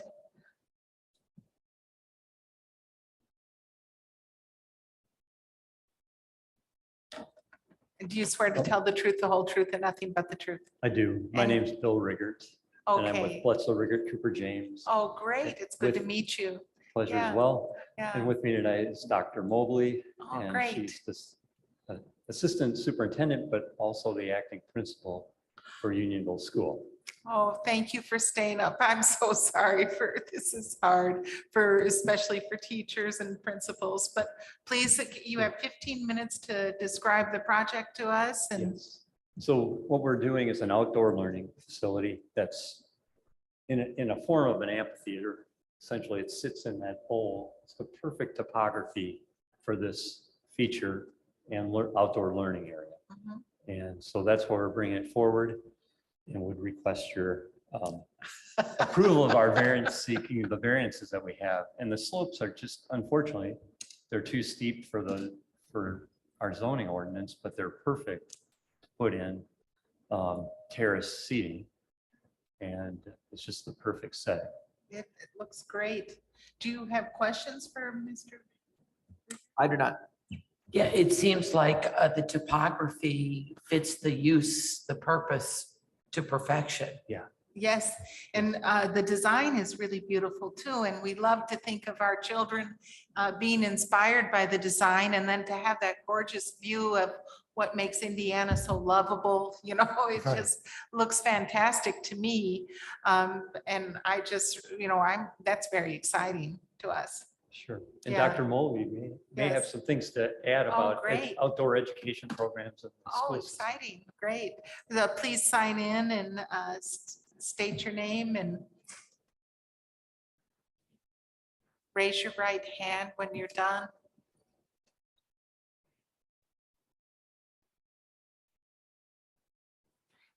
Do you swear? Good evening. I'm Good. Andrea Mobley, and I'm the principal at Unionville Elementary. And do you swear to tell the truth, the whole truth, and nothing but? I the do. truth? That goes with the job, So, right? Good evening, and thank you for having me here this evening. And I just want to tell you, I'm so excited about this outdoor learning pavilion and the opportunities it's going to give our students and give the community. I don't know if you know this, but Unionville has a focus on the Earth curriculum, and where E stands for the environment, and A for arts, and T for technology, and H for health. I forgot A for art. And so this will give so many opportunities for our students to have outdoor learning activities and performances and programs.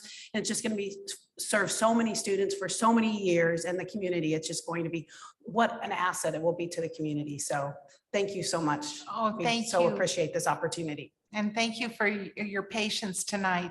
We we will open it up to the public to see if there's anyone still here, the diehards, who would like to speak in favor of this petition. Is there anyone online? If you would raise your right hand or raise your virtual hand or press *9. If you're there to speak against it, please make yourselves known.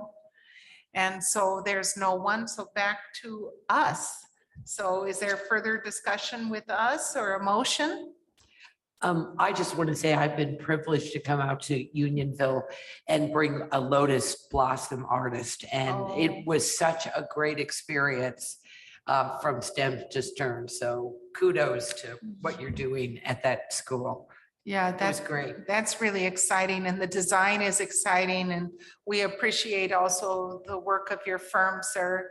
It's really a beautiful design, so thank you for improving our community. Yeah. I think we're ready to make a motion. I move that we approve variances 22-37A and 22-37B for Unionville Elementary, the buildable area slope variance, and also the environmental constraints overlays as well. Is there a second? Second. Okay. All right, it's been moved and seconded to approve VAR 22-37A and 37B. That's the 15% and Eco Area 3 variances. A motion in favor is a motion to approve. Guy Loftman, Yes. Pamela Davidson, Oh, yes. and Margaret Clements. Yes. Okay, the motion is approved. And 3-0. thank you again for waiting so long. Thank you. And we have one more case before the evening ends, and I believe Mr. John Laux has made it back. Oh, yes. And it would sure be nice to help him further his project. So Anne had spoken to Mr. Laux through email, and I don't Yes. believe that we were able to get the estimates as of today. So the choice is whether you want to hear from Mr. Laux again, or if you want to continue this petition to it would be, let me look at the date. It would actually be October 5th is the next BZA meeting, because this Right. was the September Right. rescheduled hearing. Right. So I can We- pull up the site plan again. We will have to be unanimous on this in order for it, because Dee is gone and Mr. Daly is gone. Well, I know Mr. Loftman was very anxious to have that, documentation. So I'm going to defer to you on that because you were, I understand we can't approve it subject, can we, to the electrical line placement and the estimates? We really can't do that, can we? You explained that before to us. I think it would be difficult because you'd Yes. be putting the cart in front of the horse, if you will, because you would be making a decision based on information you have yet to receive, if that's your basis. Now, if that's not important, if you find other reasons why the property is constrained, or you can see or hear from Mr. Laux on how it's constrained, and you can make a decision based on that, then you can vote. But as far as gaining evidence after the vote is heard, it puts us in a little bit of a difficult position. I move to continue this matter to our next meeting and hope that we can get sufficient documentation for me to feel comfortable supporting the request. Is there a second? Well, I'm going to support my colleague. Yes. And so, yes, so please call the roll. Okay. So it's been moved and seconded to continue this petition to the October 5th Board of Zoning Appeals meeting. Just let me double check that meeting date. Should we hear? from Yes, you? October 5th. It's been moved and seconded to continue it. I just have a point of order, and I just wondered if Mr. Loftman wanted to hear from Mr. Laux since he's still online. Oh, well, my understanding is that we can't get the information that I'm hoping for, but I'm glad to listen to him and I think we should. He's sure, waited. absolutely. He's been outrageously patient, and if he wants Yes. to, is still If he here. can convince I, you. yes, he can convince me. That's Yeah. right. Well, I went through a rate. Can you guys hear me? Yeah. This, like I said, this is new to me. I appreciate what you guys, it was a little tough to watch, but I learned a lot and I appreciate what you guys are doing. The short version is this isn't a hardship for me. So I preferred to not have to wait another month, but and I did put I put a text message in there that just I talked to my wife and she did confirm the cost, and the power line cuts the current driveway in half from between the proposed location and our current driveway. Having said that, thank you very much. I think the easiest way forward is what you just said, is that I'll go get the RMC estimate.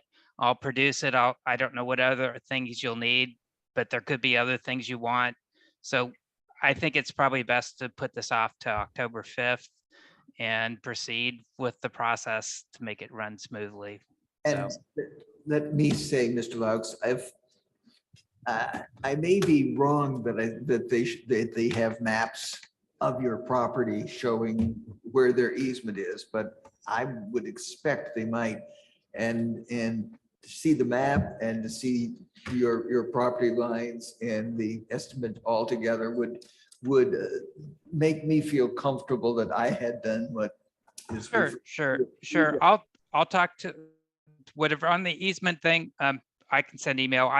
He just said that to do the ditch, we would need to run the new power line. They needed an easement. I don't know if there's no existing easement like that. I don't think there's any lines other than they could just say, this is where we think we would put the new power line. If that's what you're asking for, I can ask if they could do that.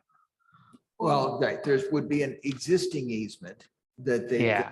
Then there would be a proposed relocation, and you would almost certainly have to give an easement, unless it's within the easement, you'd have to give a new easement for that, which they would gladly prepare, and where your Yep. neighbor fits into all this, but hopefully you can get it straightened out here.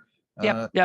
Thank you very much. And I'm not trying to butter you guys up for the approval in October 5th, but I did actually enjoy watching this. I'm glad I learned a lot tonight. Thank you. Well, I just want to appreciate your willingness to work with us on that. You're being so cooperative and we appreciate that too. Thank you. Yes, thank you, Mr. Laux. You were really splendid. We really appreciate your respect, the way you treated our staff and the way you've treated us. We really appreciate that. All right, see you guys October 5th, or some of you. I'm gonna call the roll real quick on the continuation, Yes. just to formally have the vote. Yes. So Pamela Davidson, Yes. Margaret Clemens. Yes. Guy Loftman. Yes. Okay, so we will see you, Mr. Laux, on October 5th. Okay, we look you. forward to it. Thank you. Thank you. And I want to thank staff. You really did a great job tonight. Thank you so much. You guys did a great job, and all of us. We're here. We're here. Here, my silly question is, how do you randomize the order in which you're going to call on us? Oh, Never you mean mind, for our never vote. mind, but our votes is always different.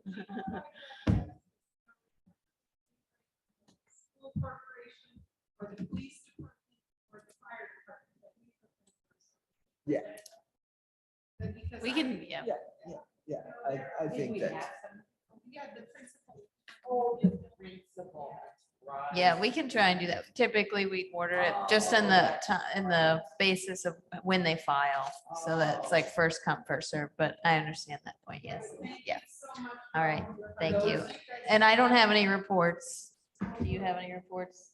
No reports Okay. from legal or planning. Thank you. Any objections?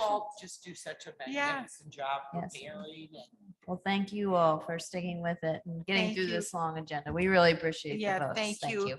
All right. Getting through it. And any objections to adjourning?